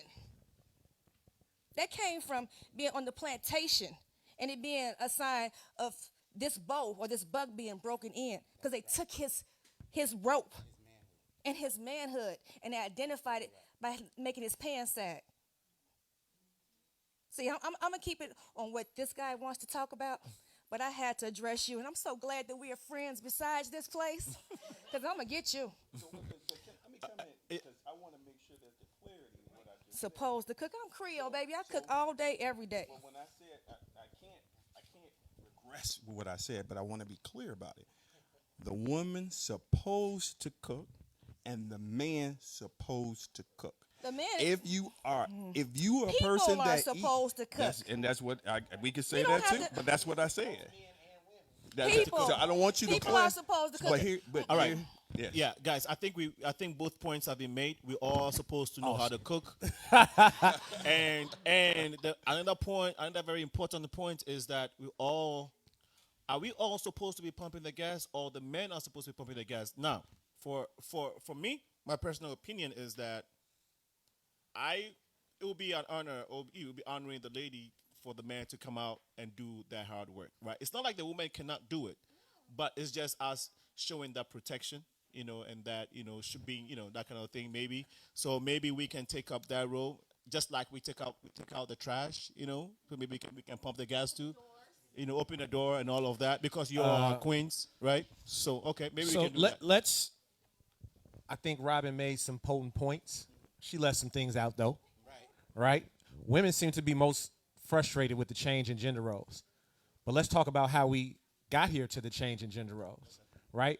Because men didn't go on this big fight for things to change. Women decided they wanted to be in the workforce. Men didn't fight for women to be in the workforce. Women fought to be in the workforce. And so as I understand science, for every action, there's an equal and opposite reaction. So we talk about balance, and we talk about keeping some of the traditions and losing some of them, but we have is a dynamic in society right now where everybody wants to hold on to the tradition that benefits them and dismiss the one that doesn't. Right. So a man is like, oh, let's hold on to the tradition of women submitting, but he's no one to submit to. He doesn't have anything going on that a woman should follow, right? And at the same time, a woman is like, oh, men aren't men anymore. Well, have you paid attention to all of the ways that women aren't women anymore? You're working, you're having premarital sex. All of these traditions go along with the man providing and the man being the protector. And so I'm not saying there's anything wrong with the man being the provider and the protector, but I think we have created unrealistic expectations of each other only that benefit us, and then we want to dismiss the traditions that don't. And that's never going to work. So I believe what he said, that tradition to a degree has to go out of the door simply because we need to do what we need to do.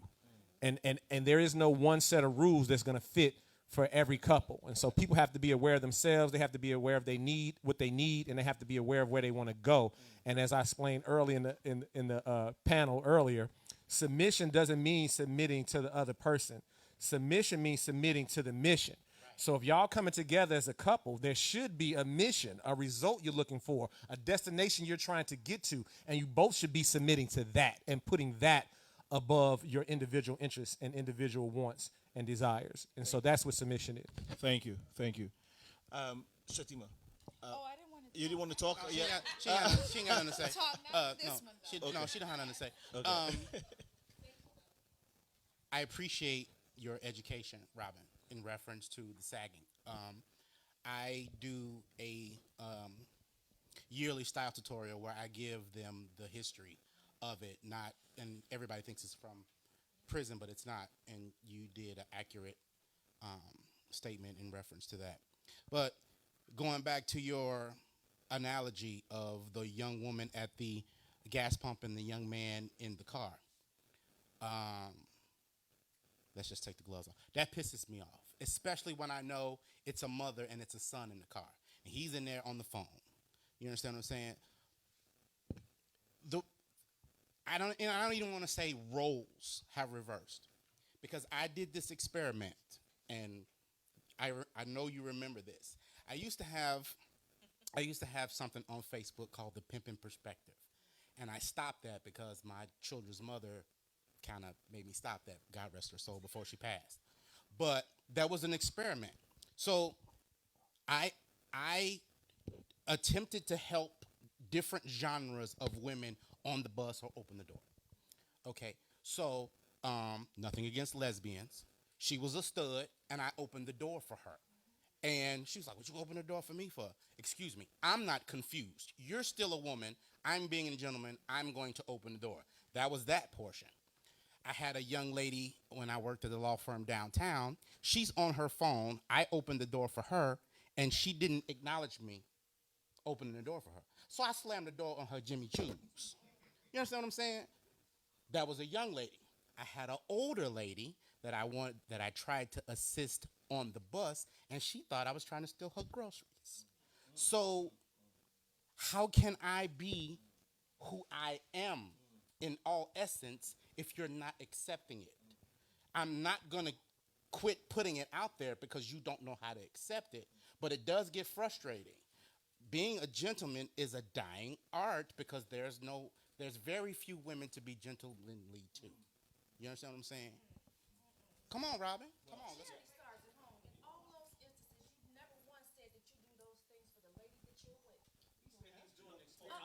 No. I'm talking about Wait. So the woman at home. Okay. That's only. Okay. Just start there. Just start there. Yeah, let her respond, and then you can. Start with the woman at home. Okay, so can I address that? Yeah. What would make you think that I wouldn't do that for my woman and I'm doing that for a stranger? I'm just saying. Say that. Say that as well. That should be. I think that should be because you started off talking about the mother be assumed, with, yes. with the son laid back in the car. Because see, those who know me know my son is yes ma'am, no ma'am, and I have friends in the room. My kids, my daughter, yes sir, no sir, yes ma'am, no ma'am to all elders. It starts at home. Okay. And I agree. When I approach my house, someone at home knows I'm coming in. I haven't put a key in the door in forever because COVID, everybody's still really quarantined. But my son greets me at the car, whether I'm at the garage, curb, wherever. Right, when his aunts come to visit, he greets them. It starts at home. But Robin, I think that the point that he was trying to make is that it's not only about what we are talking about. It's not only our life experiences. Right. We're talking about what is out there I in the community. Understood that. But we're afraid of our men. Let's keep it 100. Because I'm doing a documentary right now called No Love, the documentary. We're talking about all sorts of those things. I'm afraid of my brother. Why? Because he has become my predator. Because I grew up a little unprotected girl. My mother couldn't be everywhere at all times. And let's keep it real. I didn't grow up fatherless because my daddy left. My father died. My mother was 2 months pregnant with me.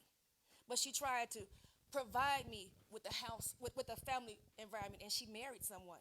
But he was a predator. She got rid of him, but he was a predator. So in your case, so these are some of the exceptions that happen to us in our society. Now, I wouldn't say no. Things that we become desensitized about. No, I'm not saying that what happened to you now, or what happened to every individual who may have suffered this is not. We acknowledge that. And that is why we engage in this type of conversations, right? But I think that 90 or most of the time in our life, everybody do not necessarily go through that. A lot of men are trying, in as much as women are trying to be good to their spouses, right? We are all trying, but even in that, we have these unfortunate situations and scenarios that happen day to day, which we need to address. But it does not make all men right. So you should not be afraid of our men, like us. Right. Right. As to why they don't. You guys got the gamut way too open. Don't leave room for all that gray area. Let's make some of this black and white. Come on now. Don't change what you're asking me and what you are hoping to be my response one way or the other based off of what I'm giving you. Don't open the gamut afterwards. I'm afraid of you because you are a stranger and you ran up on me, and I'm not accustomed to men being gentlemen. Not me, because that's what I know. I'm talking about what he said. Somebody running up on you, getting on the bus. Come on now, we live in Chicago. I didn't say I ran up on I'm just giving a scenario. When we pulled up down the street, we kind of blocked traffic for a few moments. And I told my friend, I said, listen, because she got really nervous. I said, it's okay. Given our demographics, you're going to be given that courtesy. And after she got parked, Miss Karen pulled up and gave a wave. You understand? Mm-hmm. On the south side of Chicago, my brother pulls up and blocks the street, talking to Lenny and Squiggy at the curb with a whole roll of road to park, to pull over. But he doesn't. He blocks from where I'm at back and sits there and talks. And then the guy he's talking to acknowledges that I'm sitting here waiting. I don't blow, but the car behind me blows. Then I'm being called out my name and being told, hey, I'm going to wait, this, that, and the other. I don't even want to go through those areas, but it's becoming more and more prevalent. Hell yeah, I'm afraid of you. What you want? I don't smoke no squares. Back up off of me. I don't have no light for you. All right. Thank you. Thank you for, just go ahead. I think we had a hand in the audience. Yes. Yeah, go ahead. Yeah. Well, I'll let you go ahead. If it's pertaining to this, or are you moving on to a different? It's pertaining to this. And then I'll go after you. Yeah. Okay. Similar to what the sister said over here, this is true. Years ago in my 20s, I was shot and robbed. They shot me twice in college. In college in my 20s. I'm 50 now. Wow. Thank you. He shot me in my left arm and my right thigh, and I fell on top of my daughter. The thing is that he was walking toward me, and I'm like, I didn't want to be that person. I let him walk close toward me. Right now, at this point, I go nowhere without a gun. Nowhere do I go. I have my conceal and carry. I work at Cook County Juvenile Detention. I didn't know I had issues with it until I started getting hurt at work. Concussions, hitting my face, because the young men there do not understand what it means. So when you go back with that, you got to go all the way back. Even though we love our black boys, we don't trust them. Yeah. You can't come up on me and ask me a question, because from a distance, I have to say, what do you need? No, I'm good, son. Thank you, baby. Baby. Come on now, I want to hurt you. Because I will. So right there is not so much that we don't want that, we love that. But you have to be in the right setting to give us that. Don't give me that on the street. Right now in my car, I have to make sure that the doors are locked. I have to make sure as I walk up on the car, nobody's on the side of me. Because right now, we are endangered species to each other. Because the kids, I have my daughter at 19 years old. My oldest is 31. Their generation thinks totally different than the way we think. So they're going to pop a pill. In the jail, the youngest I had for sexual assault was 10 years old. He sexually assaulted somebody, which means that happened to him. So you have to understand the generation and the people. So if somebody come open the door for me, if you were dressed like that and you open the door, I would say thank you. But 9 times out of 10, me and you on the elevator, I'm like, do I have my gun on me? Okay, is it in my pretty purse? Okay, can I get to it? So right now, I may get on the elevator with you, but everything I'm going to do, I'm going to think about my safety, and I'm going to think about me. So it's not personal. It's where we live, how we live, and the generation that we live in. I asked them, I'm like, why did you do that to that lady? Why did you rape her? Why did you take that 12 to 13-year-old boy with you to go rob? He said, I ain't had nothing to lose. She didn't turn her alarm on in her house because she didn't want her husband to wake up the baby. They climbed through her window, a 16-year-old and a 13-year-old, to get her car. And he said, well, she was laying there, so I decided to take it. The pills that they pop, ecstasy mixed with cocaine, mixed with this. No, personally, every woman in here, please take care of yourself. Please make sure your doors are locked. Don't go to the gas station, lock your doors. Because right now, I feel like we are endangered. Yeah. Other races may not want us, and we don't even want ourselves. I just told a young lady here, black women, we act like we really dislike each other. So Wow. it ain't just being nice to you. I will open the door for another young lady and she'll go through it like, So it's not just you. Right. It's us as a whole. We have never been this close. COVID made us, this is the time you're supposed to make money and Black Lives Matter. But it's hard to say that when you got a young man who shot me and now you want me to say that his lives matter. His life matters, but man really matter. So just understand when we discussing this, the environment. So if you came and you was right here and you opened the door, I'd be like, thank you. But if we was on the street and you was opening the door, my hand gonna be right here, and I'm like, okay, you gonna go through, babe. I got you. Wow. So just it's more than one side to it. And this is very good, and this is why these type of discussions is very, very, very important. Thank you so much. No, Shatima, I know you wanted to. Do y'all have that same fear when white men open the door or when white men approach you? I do it now as a joke. I'm like, excuse me, I have this white young man behind my door. I think he's probably playing. I don't know. I don't feel comfortable. Please come and check. Okay. So I do it. I don't care who it is because a white man will rape you the same way a black man would. Right. Yeah, we're already predators to begin with. My brothers have become my predator. That's what you don't understand. There's something that has been lost. There was once a sense of some form of security, of some form of respect, some standard. Nothing is off limits now.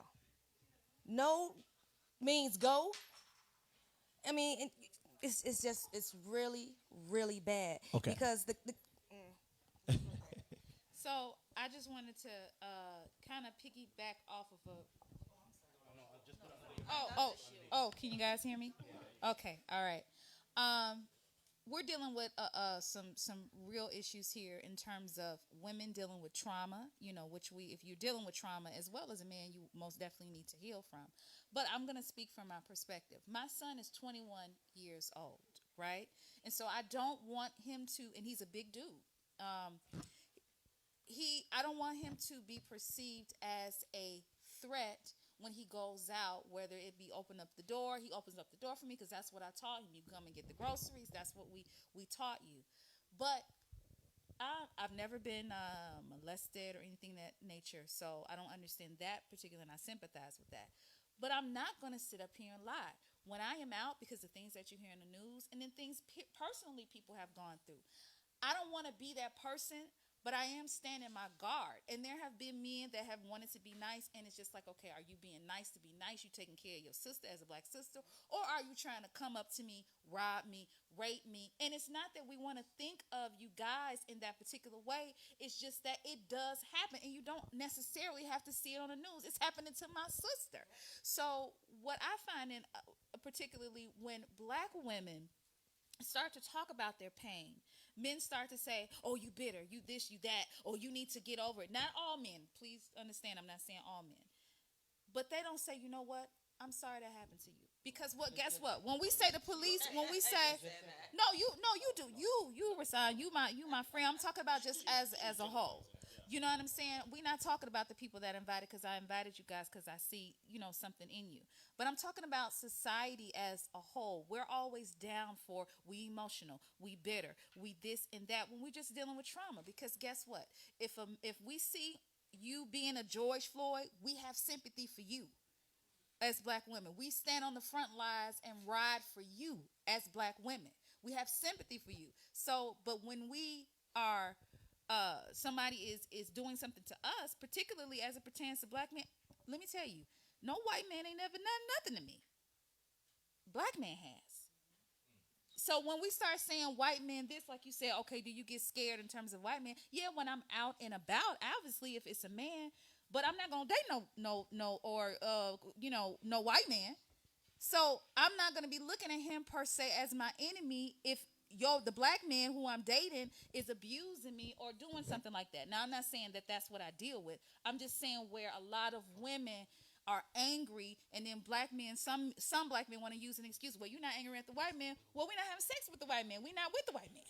So how you expect us to be all angry at him when your brothers, maybe not you, are doing it? Hold your brothers accountable for what they do. So I just wanted to do that. We'll hold our sisters accountable as what they do.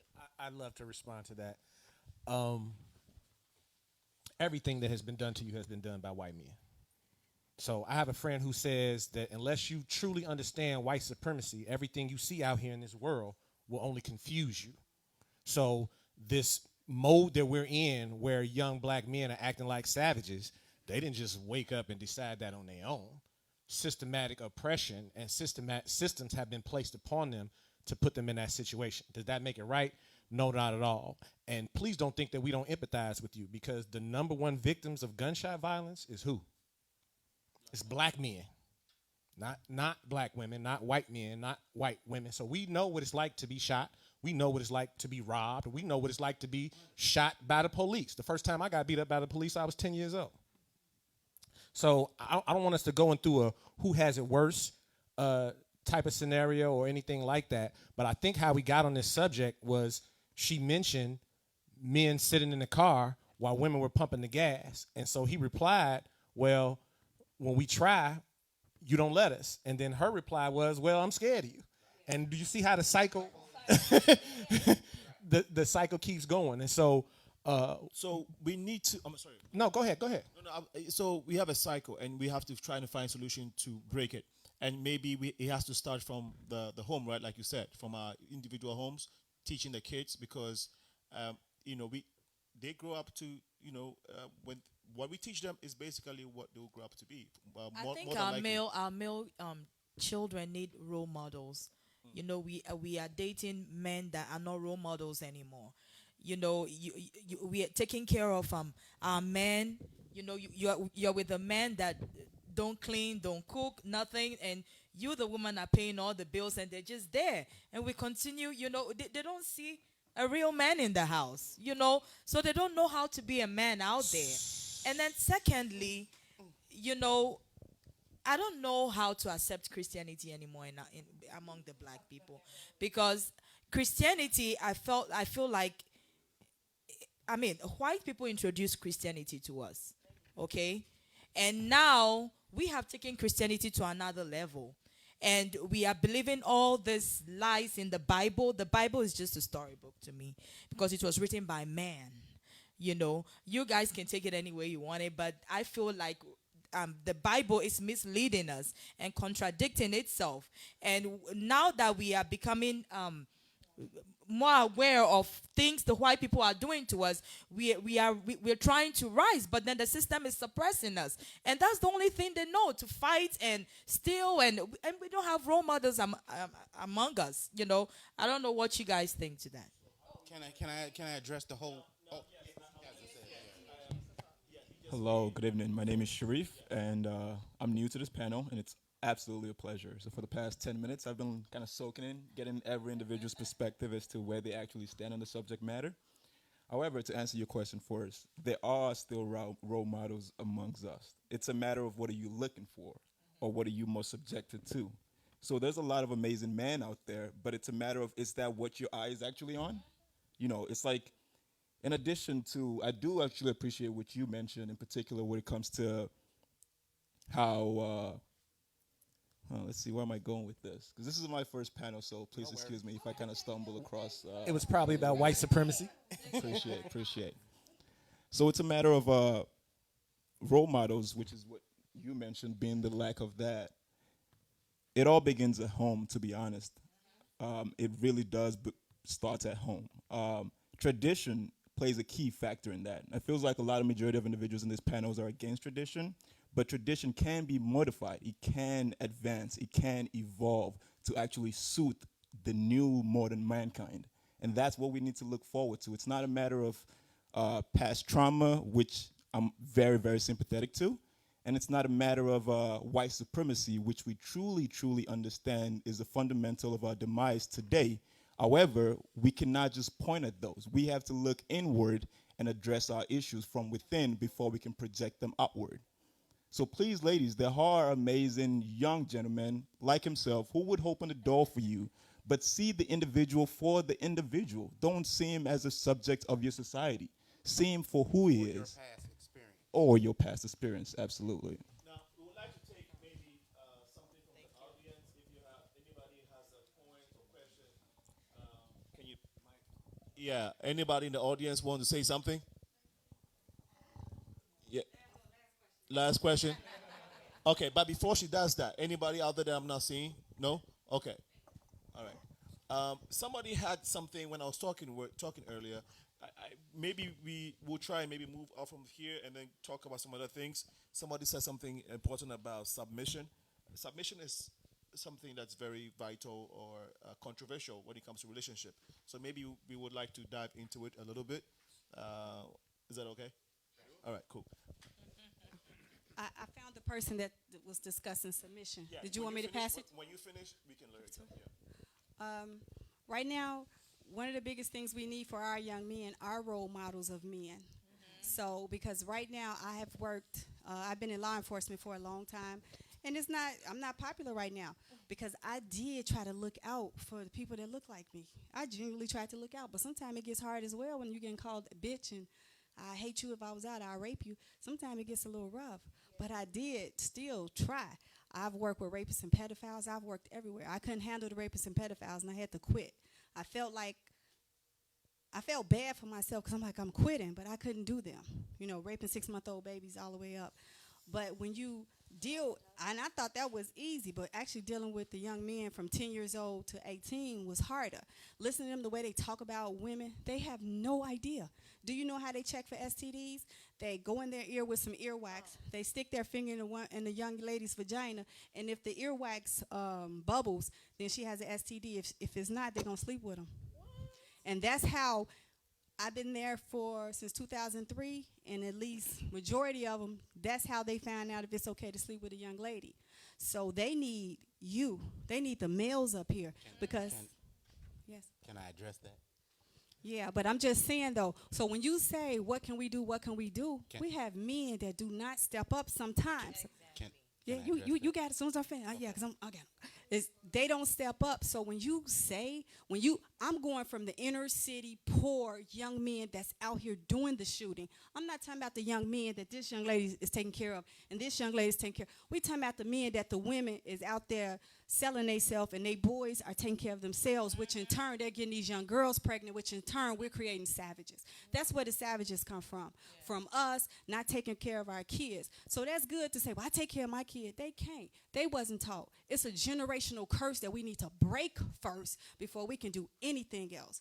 And that stuff is real. Now, I think it's important that we try to talk about the solution, right? The solution. How do we break this generational curse or some of these things that's going on? I'd be here. Okay, in reference to being a male mentor for young men, I've been a youth football coach for 14 years, minus this year because of COVID. So I've seen the generations get worse as we go along. And let me finish my credentials. I am also a member and a board member of I Am a Gentleman. I don't know if anybody has seen I Am a Gentleman on TV, but we have been featured on Kelly Clarkson's show, and we have touched over 5,000 youths in the last 3 years.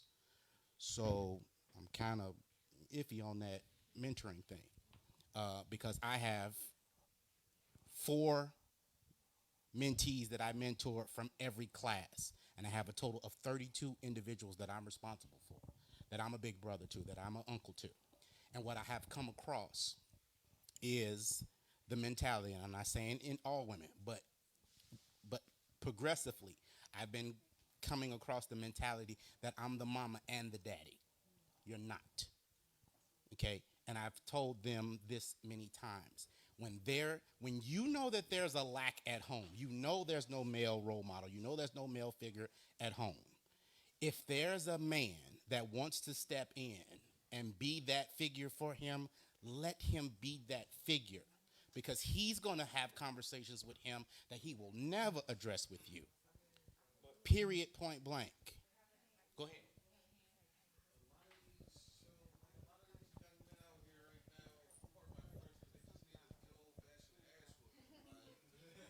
That's what it really boils down to. I agree. And I agree and disagree because I'm aggressive. I'll tell you one thing. Go ahead. I feel as though the discipline stops at the front door. Because at the end of the day, I don't want to sound sexist, but a woman can't raise a man because a woman doesn't know the man's struggle. Right. And at the end of the day, a lot of these women want to tell men how to raise men. So it's becoming harder for the people to understand. And then like a lot of these young parents don't understand you can't be a child's friend. Right. You can't want to go and hang out and do what your child is doing. I tell my wife all the time, I don't care if my children hate me. I don't like. I don't mean it as like, oh my God, I'm gonna just be an ignorant tyrant. I mean, I don't want to be your friend. You need to respect me. You need to learn how to respect elders, and you need to learn what it takes to grow up in this society. I'm 6'3", 300 pounds. I've been 6'3" since I was 13 years old. And a lot of people they're just afraid of me just because of what my stature. Right. I have a 5-year-old son. He's about the size of 8, 9-year-olds. So like I know he's going to be big. I know that I have to teach him how to carry himself so that way he's not intimidating and fearful. Like that's just my take on it. Right. So just basically capping it. I don't ever want to hear a woman say there's nothing out here for young men to do or there's no mentors here, because we have on staff right now 36 mentors, and if I have 30, they have 30. So you see the progression of it. You have to allow them to be around men, and if you see a positive role model, pull them to the side. Or what do you do? Because most times, if you see someone doing something positive, a male, they are associated with some type of mentoring program.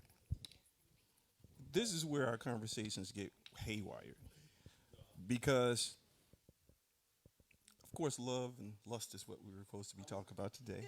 We got to bring it back. You know, and what tends to take place is that people tend to bring garbage to the table that we shouldn't even be discussing. These guys that are savages and ravages, they ain't in my conversation. You know why? Because I don't know none of them. You know why? Because if they come in my circle, I'm around them, I'm going to command that they operate differently.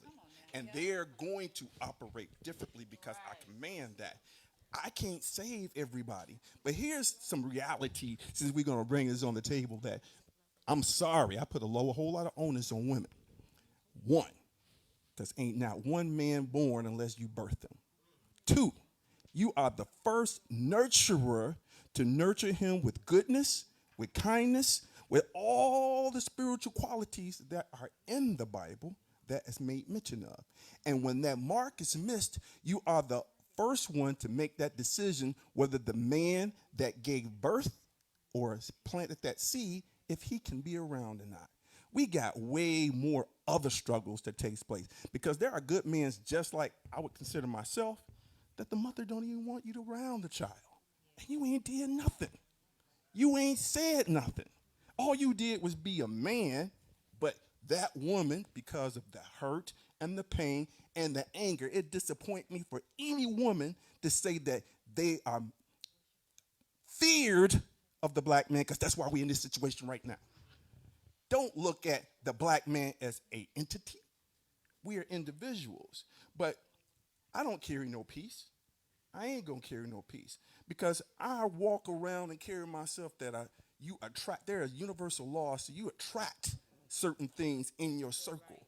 And when you learn how to manifest who you are, And what you think, that's what's going to come in your circle. But we do not want to take any onus for the garbage that we choose to select, for the conversations that we imprint, the stuff that we share. We are not positive people. And like I said, I've been doing this for so long, it just hurts to see that we're saying the same thing and we're not elevating. Elevate. We shouldn't be talking about what we can't control. We should talk about what we can control. And what we can control are a lot of who we are and how we're going to grow and how we need to continue to have conversations that someone's going to say, hey, let me see what you have to say about that. You're an intellectual young man. I may have some questions. Let me see what you have to say about this and get a different perspective. Because if you keep on mixing in that bowl of negativity, that's all you're going to want to bring to the table as soon as you open your mouth. Okay. On that note, I want us to go, let's try and talk about solutions because that's what is coming down to. I think the reason why we talked about some of the things that came in the conversation is because of our history, of our foundation, and these things affect our lives and the way we react to people and respond to things. And it actually affects the way we love and the way we look at people, you know. So I think love lust is just an umbrella, and it has all those things that are underneath it. And so it was catchy in a marketing tool, but you know me. But I mean, sorry, I didn't mean to interrupt. Yeah. I mean, we wanted to talk about that. I also wanted to draw people's attention, but I did want to promote healing and sorry, I thought I had a big mouth. I did want to promote healing and dealing with that. But if I told you I want you to come to share your cards on the table about trauma, you ain't coming to that shit. You like, who's sucking this? No, we ain't talking about that. We can, but you know what I'm saying? So the next few moment before it gets to what time is it now? 9 I don't have my watch. 8:25. Great. Oh, we're still in good time. Yeah, we're still so I want to talk about solutions and the way forward and how we can help our society and our family, the family structure, some of the things that we have to start paying attention to. But before that, how does culture affect the way we love, lust, and our relationship life? Now, the reason why this is important is that you probably have picked up, you know, with my accent, with her accent. Well, you don't have an accent. He's African, but you know, his, but. Yeah. I hear it. So the three of us are, and a lot of times there is cultural shock when we, you know, interact with other ethnic groups, especially African Americans. And so this is where it becomes very interesting. Now, some of you don't know, but I host a show called Progressive Minds, as I mentioned. And one of the things that I have tried to do with that show is to have conversations among us, African Americans, Caribbeans, talk about our differences and how we can integrate, because it's a lot we can do together economically. Look, I'll tell you right now. On the continent of Africa, you have more of Asians, Europeans on the continent of Africa doing business, exploiting the people than black people in the diaspora, right? African Americans don't know anything. Most African Americans don't consider the business opportunities back home because of the bad vibe that you hear. But the actuality is that if there is that awareness and a lot of African Americans are taking advantage of the business opportunity in Africa, I think that it will go a long way, because I believe that the community that can change the fortunes of Africa is the African Americans. But guess what? That is not perpetuated. That conversation is not even talked about. However, we are talking about relationship. That is a whole different set to have that. But when it comes to relationship, how does our differences as Africans, you know, affect the way we love and look at, and vice versa, right? So you are in African American community. How do you approach, or how does that affect your relationship life when it comes to dealing with African Americans or maybe Caribbeans? Is that even an issue? But anybody can take this up on. Okay. Yeah. Hi. So I'm African American and my husband is from Ghana. So Kelvin was one of my Black Royal Jesus was one of my groomsmen. We've been married for 17 years. Okay, so when it comes to the cultural aspect, I think a lot of things have to be unlearned, because we have been programmed to think Africans are bad. Yes. and the African has been programmed to believe that the African Americans are bad. Now, when I was coming up, and say like maybe before I got married, say a guy tried to flirt with me or something. Oh, you don't talk to them Africans. That was so my friends would always tease me. You always told us never mess with the Africans, and you end up marrying one. So, we have to change our mindset. Our minds have to be renewed because it all stems from slavery, and it's a systemic thing that has happened to us over 400 years. So how do you undo the mindset of a people that has been programmed to think a certain way over 400 years? How do you do that? Where do you even start? You see Ice Cube tried to talk to the Trump and Biden about this plan that they have for the black community. And everybody's like, oh, he doesn't represent us. He doesn't speak for us. He's a sellout. You're damned if you do, you're damned if you don't. Where do you have to get a seat at the table because we don't have anything. And his issue is the wealth gap. We don't have any resources as a people. We're poor. 1% of us, we don't own anything. And if you don't own anything, you don't control anything. So how do we, it's a very good question. And how do we get there? Right. Where do we start? As Africans here and African Americans, does this even occur to you sometime when you're searching for love or trying to be in a relationship? Does this cultural thing pop up in your head in the first place? Well, what I tried when I moved from Africa here, Mm-hmm. and I tried dating.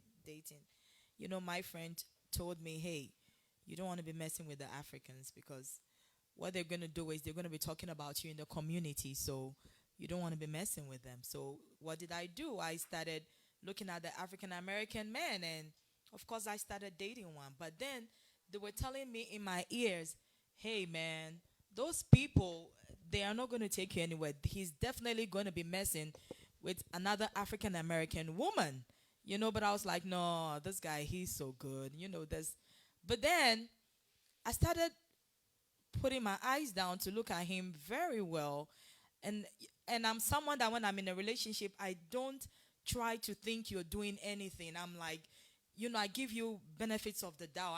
I don't care what you're doing, because I know at the end of the day, you're still my man. You're going to come home, blah, blah, blah, But then he one time I got off work and I was like, hey, baby, can you come get me from work? The census is, I'm a nurse. I was like, the census is low at work, so I need to come home, But I already took a bus home and he wasn't there. So I called and I was like, where are you? He's like, oh, I'm home. I was like, where are you? He's like, I'm on the bed. I'm like, I'm sitting on the bed. Which part of the bed are you? And then the phone just went click, So I started investigating, and I found out he was dating another African American woman. And then I had bugged the house, and I heard him telling this lady. I'm sorry, what happened? I had to bug the house, yes. So I heard him telling this I heard him telling this other African American woman, this African B, she thinks she's all that. They come all the way from Africa and think they're all that. And I was like, oh my God. So, I don't know if it's just a man thing, because I could be dating an African and he could do the same thing to me. So, But yeah, she bugged the house. Yeah, do African American women bug houses too? Absolutely. Okay. So And we break windows and no, I'm just I want to speak on something that I keep hearing. It's stereotyping, right? So I'm listening to people say, well, African men do this, or African American men do that, or black women do this, or black men do that. And when we were having the discussion at the front of the room, I was saying, why do you associate that behavior with their blackness? Or why do you associate that behavior with them being African American? Or why do you associate that behavior with them being African? Why isn't it just Bob the African American did what Bob the African American does, and it has nothing to do with his blackness or anything like that. And so I think the biggest thing we need to overcome is bringing old baggage, right? We all live in the bubble of our experience. So we like, if we, you know, when I was 10, I tasted lobster for the first time at Red Lobster. I hated it. It was terrible. I thought I hated lobster. Well, that's the lowest level of lobster, right? So then when I was 22, I went to Rana, Japan, and I had a warm water South African lobster tail, right? And I understand that there's levels. There's levels. There's levels to everything, right? Right. People, relationships.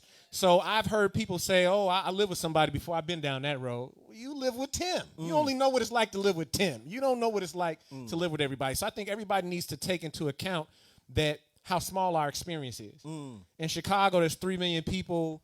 There's almost 1 million black people. You've dated, even if you dated 1,000, that's less than 1%. Like, this is not a good pool for you to be able to decide what it's like for everybody. So we have, number one, we have to stop pointing the finger. Right? Because ultimately it's what he said. Your energy, how you think, the things that come out of your mouth determine a lot of what you attract. If you're an attractive person, you're going to attract all different types of things. So I don't want to, misrepresent myself in that way. But if you are constantly blaming, if you're looking at society, if you're pointing the finger and saying that's the problem, that's the problem, that's the problem, well, that's the problem within itself. You're playing victim, and that removes all control or influence on the situation from you, and accountability, which is why people do it. The black man is always perceived to be hypersexual. Who created that perception? I don't know, but then I just told you. Right. If you don't understand white black supremacy, everything you slavery. think you see out here will confuse you. Stems from slavery for us. So because everything is about perception, how they. So in that case, but it's true though that your culture and the way you grew up would always have an effect on the way you deal with people and understand things. And I think that what I have realized over my 13-some years in Chicago, in America, is that I think African Americans are more open to learn and to listen. If we make that approach, or if that situation occurs, African American happens to be more open and accepting than Africans. And if some Africans are watching us now, maybe you can take me on. We are entrenched in our tradition and our culture. This is how Africans do it. And so, there's nothing wrong with it, there's nothing wrong with it, but that is what maybe causes the confusion or disagreement when it comes to us dating other people outside our culture. Because if you are entrenched in your culture and you cannot move or you cannot compromise, how can you date outside your race or outside your ethnic group? You see what I'm saying? Because if you all you know is the woman or the man has to do this, and you cannot compromise or be flexible a little bit, I mean, you cannot cope. There's no way you can deal with anybody outside, and then so you are stuck with your ethnic group. You can only deal with people within your ethnic group, and you are in America. The majority of the people in America are not Africans. So there's a likelihood that you meet more people outside the African culture than Africans. You see what I'm saying? So I think that, yes, as much as there's nothing wrong with that, but we also have to understand that there is something about open-mindedness, and you might not know what you will learn. Again, I always use myself as an example. When I married my ex, she was born in Africa. Well, she's ex. I mean, she's ex now. Ex, yeah. You said it right. You said it right, bro. Well, yeah. She's born in Africa. She came at the age of 5. She grew up here, so she's more African American, and typical African. I'm like, I'm not eating that. I'm not going here. I don't eat in the restaurants. I eat at home all the time. But she persistently kept saying, "Baby, try it. You might just like it." Guess what? I'm a different man now. Even though we're not married, some of the things that I accepted to do with her or to do then, I have found so much joy in that. I'm like, wow. This may sound silly, but she introduced me to a lot of things. Among them is this little thing, hummus they call it. Is it hummus? Bro, look, I'm telling you, man. Like the look of it, first of all, did not attract. I mean, I'm like, It took her 3 months trying to get me. Sometimes I'll be driving and she'll literally be like, baby, just try it. And one time I'm like, you know what? So when I did that and had it, I'm like, can you dip it again? Let me try it again. I said, let me try it again. I tried it for the third time, and now I eat hummus. So in my mind, I'm like, no, we don't eat that in Africa. It's different. But again, all I'm saying is that we can hold our tradition. We believe in that. Some are good, some are bad. Exactly. And we know Black Jesus, you can attest to this. And if you're an African, Royal Black Jesus, and if you're an African, you're listening to me, some of our traditions have held us back and it's still holding us back. So many of our traditions we have to throw out of the window. And again, this will be another conversation to be had another day. Now, that said, can we go to solutions, the way forward? How do we, as people, right? Maybe not just Black people, but how do we as a people navigate the challenges that we've had in our relationships, in the family structure? Some of the things that we talk about, the mentoring, you've been doing that already. But how can we do more of it and navigate through some of these challenges? And I'm going to open this up. I know. Can you guys hear me? Okay. I didn't want to. You guys kind of. I don't know. I love African men, Caribbean men, Black men. I have a tendency to lean more towards African men.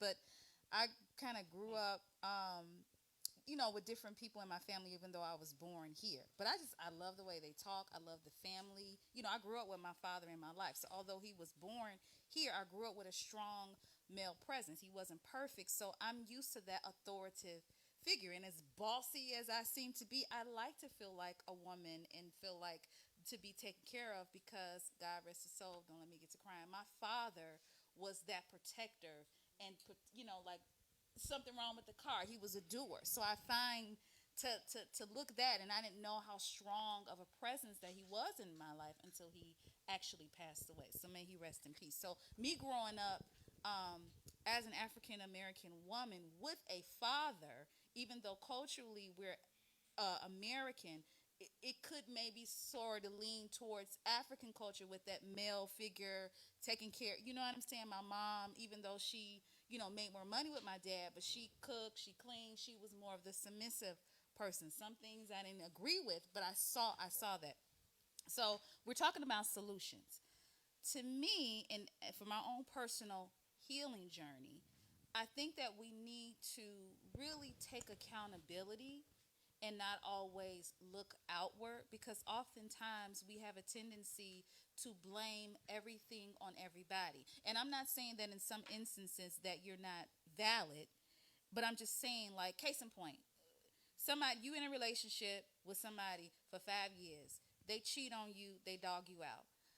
There are a lot of women that harp on that. Why not just say, you know what, that experience has taught me to not allow that to happen to me again and be able to move on with your life, instead of saying all men are this, all men are that. Like, take accountability for you maybe having low self-esteem, maybe having some rejection issues, maybe you not loving yourself properly, or maybe choosing the same men because you haven't been taught or you haven't seen that. Take that responsibility and say, you know what, I'm glad that experience may have happened to me, as painful as it was, to teach me what I now deserve.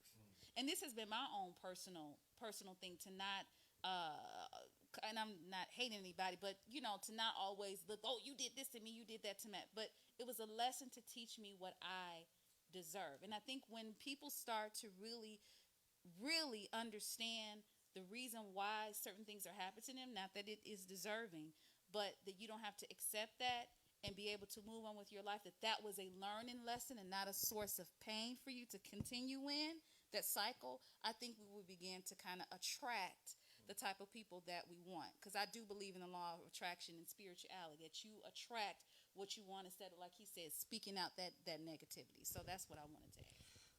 Before the next person speaks, there was a lady who was supposed to say something about submission. Yes, if you can. Kim, my co-renter. We some bosses. I guess I was just basically saying, a lot of times we look at submission as being a negative. And I guess one of the ladies was saying it before, like, why do we have to be submissive?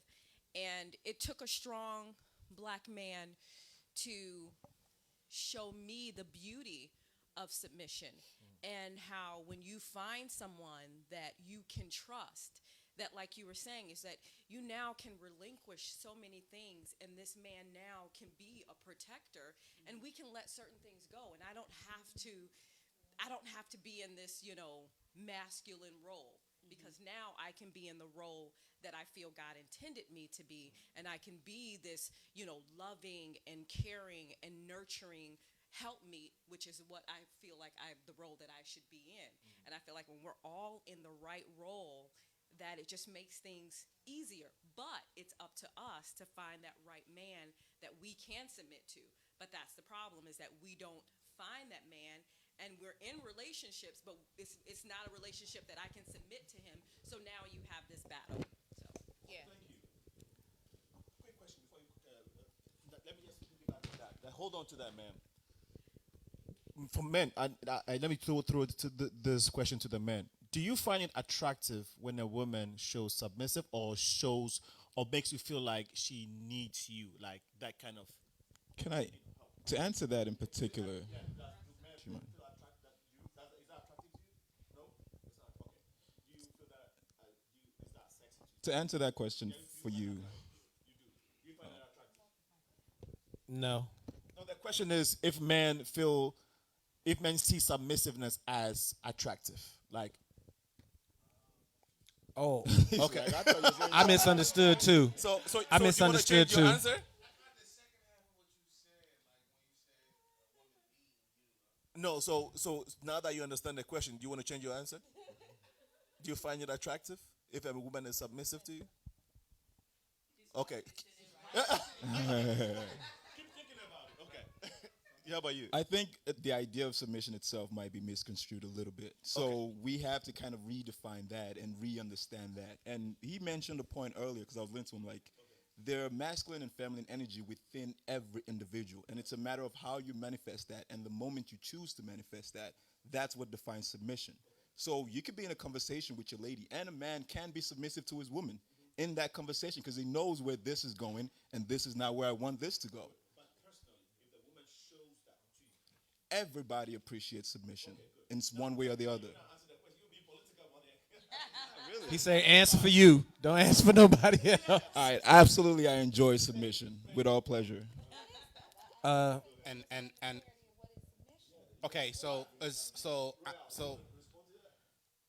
it's interesting to me that this is such a big discussion. I think the best sermon is example. So I only have submission conversations on panels. I never had that conversation in dating or relationships or anything like that because it's not an issue whatsoever. If you're doing what you're supposed to be doing, if my lifestyle and how I move impresses this woman, then she might listen to me when I give her some advice about some things. Absolutely. She might. Well, I didn't say she was my wife, right? I'm just saying in general. You know what I'm saying? If someone is showing you that they can handle this at a great, if Michael Jordan says, I'm going to teach you how to play basketball, are you going to argue with Michael Jordan, or are you going to just listen to what he says because of the example he's shown you of what he knows how to do? That's a good one. Absolutely. Again, example is the best sermon, right? If you are never going to convince a woman to submit to you talking to her about submission. You ain't qualified in the door if this is your conversation. Do you believe in submission? Are you going to submit? Look, get away from him right now. Hang up on him right now. Get on out of here because he don't have a clue. Go ahead. No, I'm just saying, don't hang up on him yet. Hang up on him. I think He might just learn. He might just say, don't hang up on him yet. He going to have to learn with somebody else. Don't you be. So I made this comment on Facebook in a group maybe a couple of weeks ago. And I said, for every man that is looking for a woman to, I'm paraphrasing because I don't remember exactly, but for every man that's looking for a submissive woman, he has to also be submissive to feminine wisdom. So with that being said, submission is twofold, okay?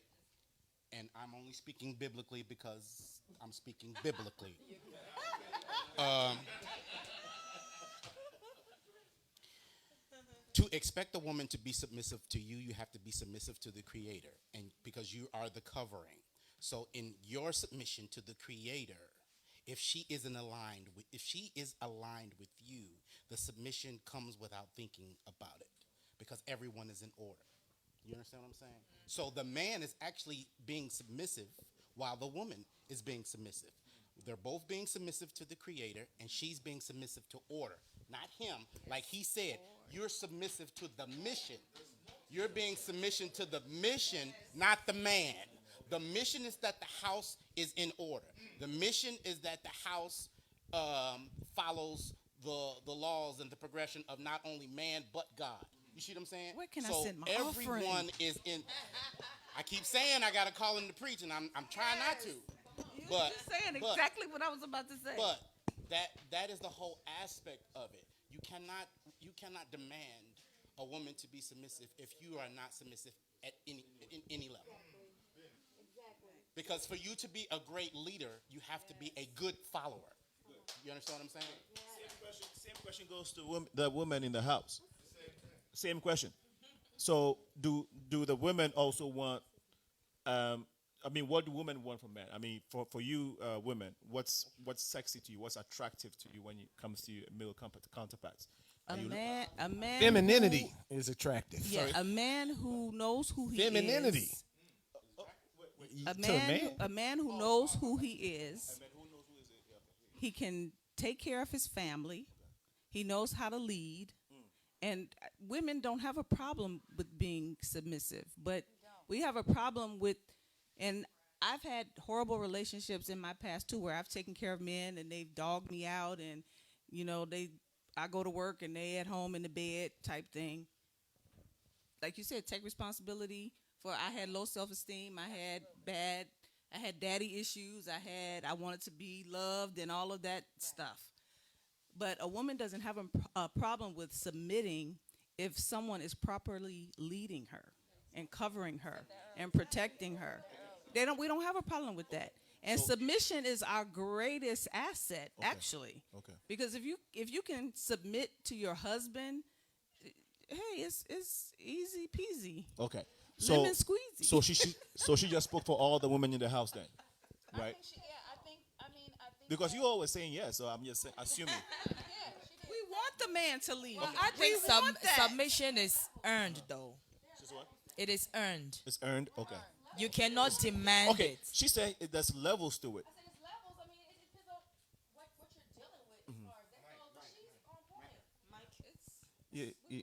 Yeah, y'all tripping. If you choose not to be the head, you can't expect for me to submit and be the tail. Baby, you're not gonna lead me over a cliff, not me.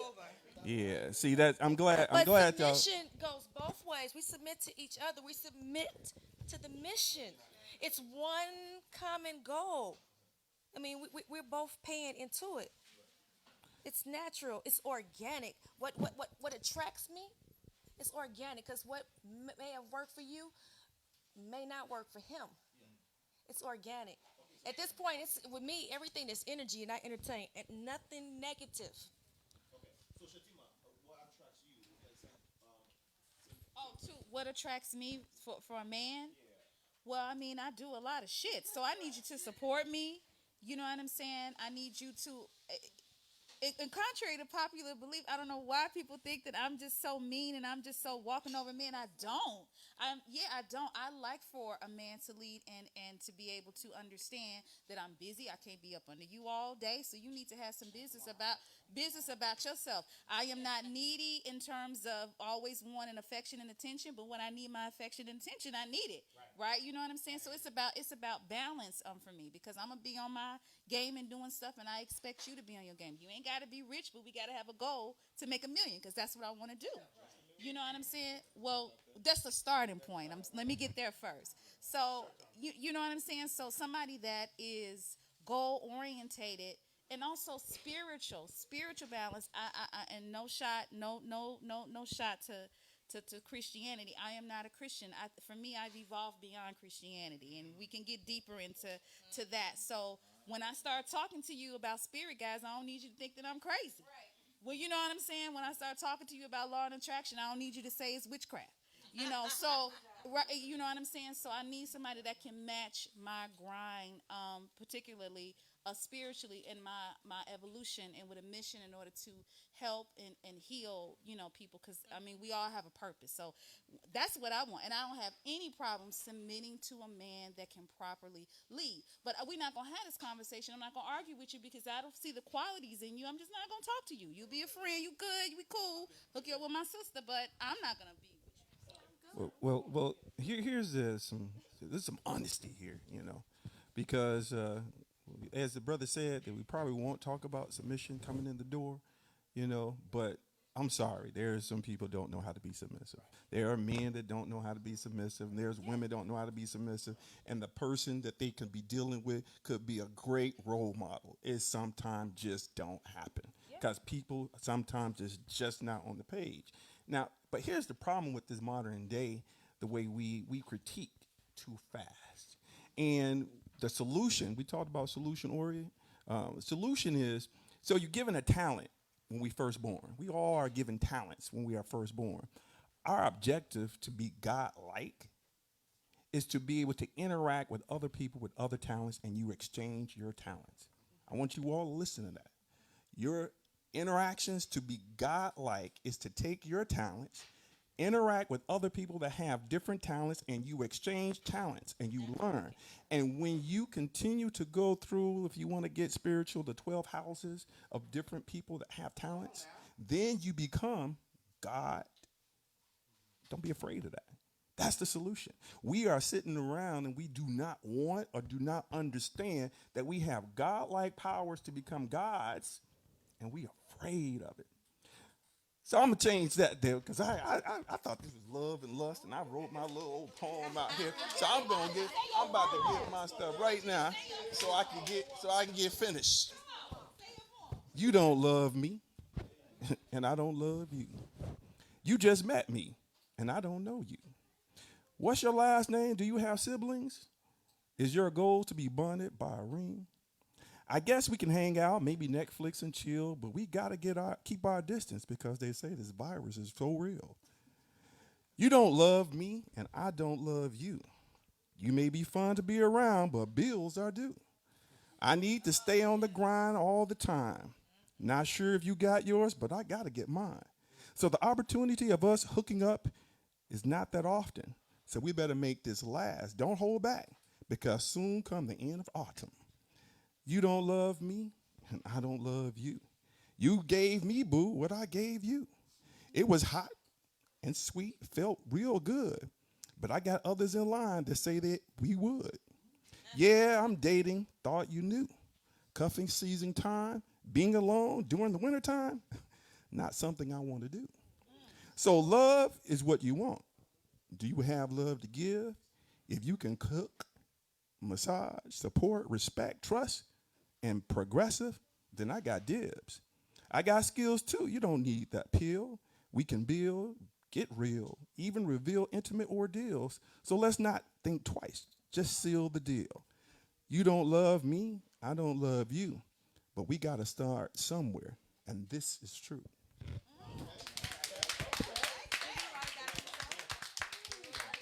I always wanted to do that. They call me brother to the night, and I'm the blues in your left side, trying to be the funk in your right.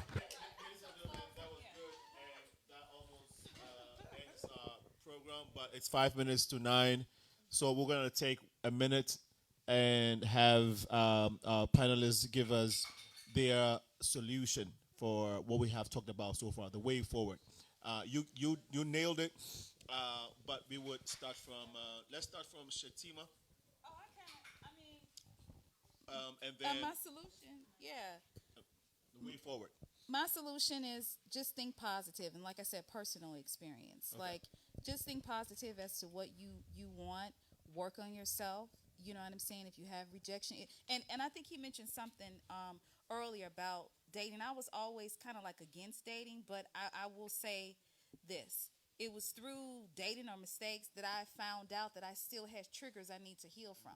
If I had never put myself out there and always being afraid, I don't want to do this, I don't want to do that, I never would have knew what I needed to heal. So I believe those particular circumstances were for my benefit, that those particular men came in my life was to heal what needed to be healed. And I think that when we think of that from that perspective, then relationships would get better. To my female, get you some good guy friends that may want to sleep with you, but they understand that you ain't gonna get none. You know what I'm saying? But that's cool with you. You know what I'm saying? So you need those good guy friends that's gonna like tell you the real and tell you like, oh, you look cute today, your booty big. Like sometimes I need that. Right. You know what I'm saying? Well, you're not trying to really get none. Right. Sometimes I need to be shut up, I'm talking about here. All right, because of time. Just take accountability and just put out positive energy, and I believe that all of us will attract the type of person that we deserve. Now, him. Please say your name. Please say your name again, just so we can recap. Inyatu Marvel, newly published author. Shameless plug for the book, Why He Married Her and Played Me, 9 Secrets to What He's Thinking. I'm a contributing author. I contributed a chapter on sexual compatibility. The solution is inward. Everybody individually, because you can't control nobody else, right? So we all got to look inward and examine the ways that we are being unhealthy and the ways that we possibly are bringing toxicity to relationships, dating, and connections. And once we begin to heal ourselves, then we can actually attract a healthy person to build a healthy relationship. Beautiful. Also, stop agreeing to be in relationships. Either you built one or you have not. A relationship ain't nothing you can just say, I'm in one. That chair is a house. Why? Because I said so? No, either we created a relationship, we built the rapport, we built some trust to build that relationship, or we have not. And then last, I want to talk to people about trust, because a lot of people think that trust is expecting a person to do the same thing we would do in that situation. And that's incorrect. Trust is expecting somebody to be who they have consistently shown themselves to be to you, right? So don't expect anything of somebody that they haven't shown you consistently. And so you can't trust somebody that you don't know, right? Because they haven't shown you anything. So it's up for grabs. Anything could possibly happen. And so these are some of the biggest reasons why people end up with heartbreak and end up disappointed in relationships and have bitterness and resentment towards the dating process and the relationship process. So I think that's the solution. Turn inward. Thank you so much. Please. Yeah, Robin, yes. Your last words. I don't know what the solution is, but I know my solution is, the fact that I've tried to become in tune with my ancient naval woman. I try to exude good energy. Universal love and peace and respect is what's most needed, and that's amongst everyone. I don't know the solution, but it's definitely not hate. It's not discord. It's peace. Right. It's harmony. Right Peace, now, harmony. I can just say welcome to New World Order, because everything is changing. It's changing. And constantly evolving. Right. Thank you. I think, your that poem should have been our closing remarks. No. But Well, I guess I kind of shared. Solution is action. We do have to actually do something.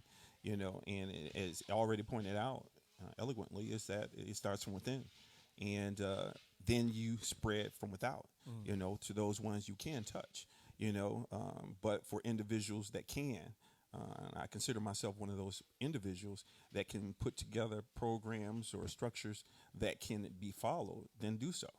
We do need to start to think a little bit past ourselves and just start to think how we can put things out here that's going to make an impact. Right. And we need to start to congregate with individuals that have that same mindset. Because right now, as I said earlier, we can talk about it all day, every day. But if you go home and your next move tomorrow hasn't did anything to make a change for yourself or for the society you live in, man, you're just wasting air right Exactly. Right. Thank you. My brother Sharif. Good evening. The name is Sharif. My underlining solution comes down to understanding. And understanding goes in so many different ways. Understanding who you are first, understanding what you deserve and understanding what you can accept from an individual. In addition to that, for any woman going into a relationship, please understand your objective of the relationship you're getting into. Understand what it is that you seek from the man you're going into a relationship with. Understand what it is that you have to offer. Do not compromise in any way, shape, form whatsoever. Believe in yourself. Understand your instinct. You are a God. And be that God to yourself and to the society in which you exist in. Thank you. Great, great. So I have, yes. Rasan Emmanuel Edwards, I don't have a solution, but I believe I have a pathway to the solution. And the pathway to the solution is to know your whole. And when I say know your whole, know you, know your triggers, know your likes, your dislikes, and your wants. I tell my children this all the time. Two halves don't make a whole in a relationship. Two wholes make an increase. So if you know your whole, you know what to expect from somebody that knows their whole, and that's where the increase in the relationship comes. Brilliant. Now, before I go to my co-host, I know the audience may have a word or two for us.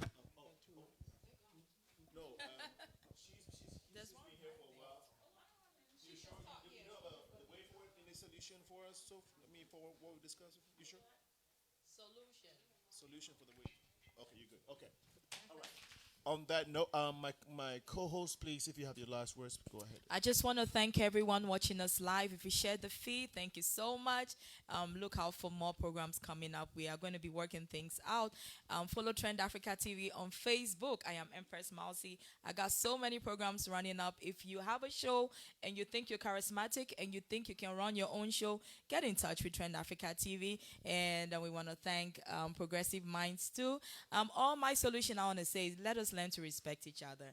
Whether you're Chinese, African American, I just learn to respect each other. When I have a problem with my man, I don't have to scream at him in front of everybody. I wait when we are in bed. I wake him up and I'm like, baby, I need to talk to you about something. I'm an Ewe from the Volta region of Ghana. And when you have to talk to your man or your man has to talk to you, they wake you up maybe at 4 a.m. or 3 a.m. Then you know there's a problem. But then they talk to you nicely and quietly because you don't want the kids to hear that you're having any problems. And then you talk to your man respectfully and your man talks to you respectfully. I feel like if we can respect each other and communicate amicably, we would move forward and this could be a solution for all of us. Peace. Empress. Well, that ends our great event today. Today being World Sweeters Day. We are grateful to be coming your way. We want to thank our audience, folks who have watched us since we started. Also a big thanks to God who made it possible for all of us to be here. Great thanks to the panel. Can we give it up for the panel, please? Can we give it up for the panel?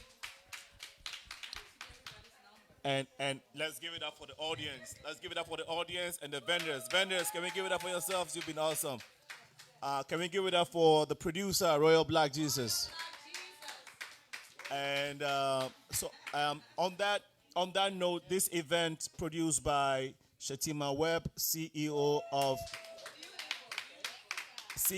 Model Esteem, in collaboration with Trend Africa TV and the Progressive Mind Show. We are glad to be coming your way. The only thing I'll say, in addition to the beautiful advice and discussion we've had so far, is that always look for a person with a kind heart.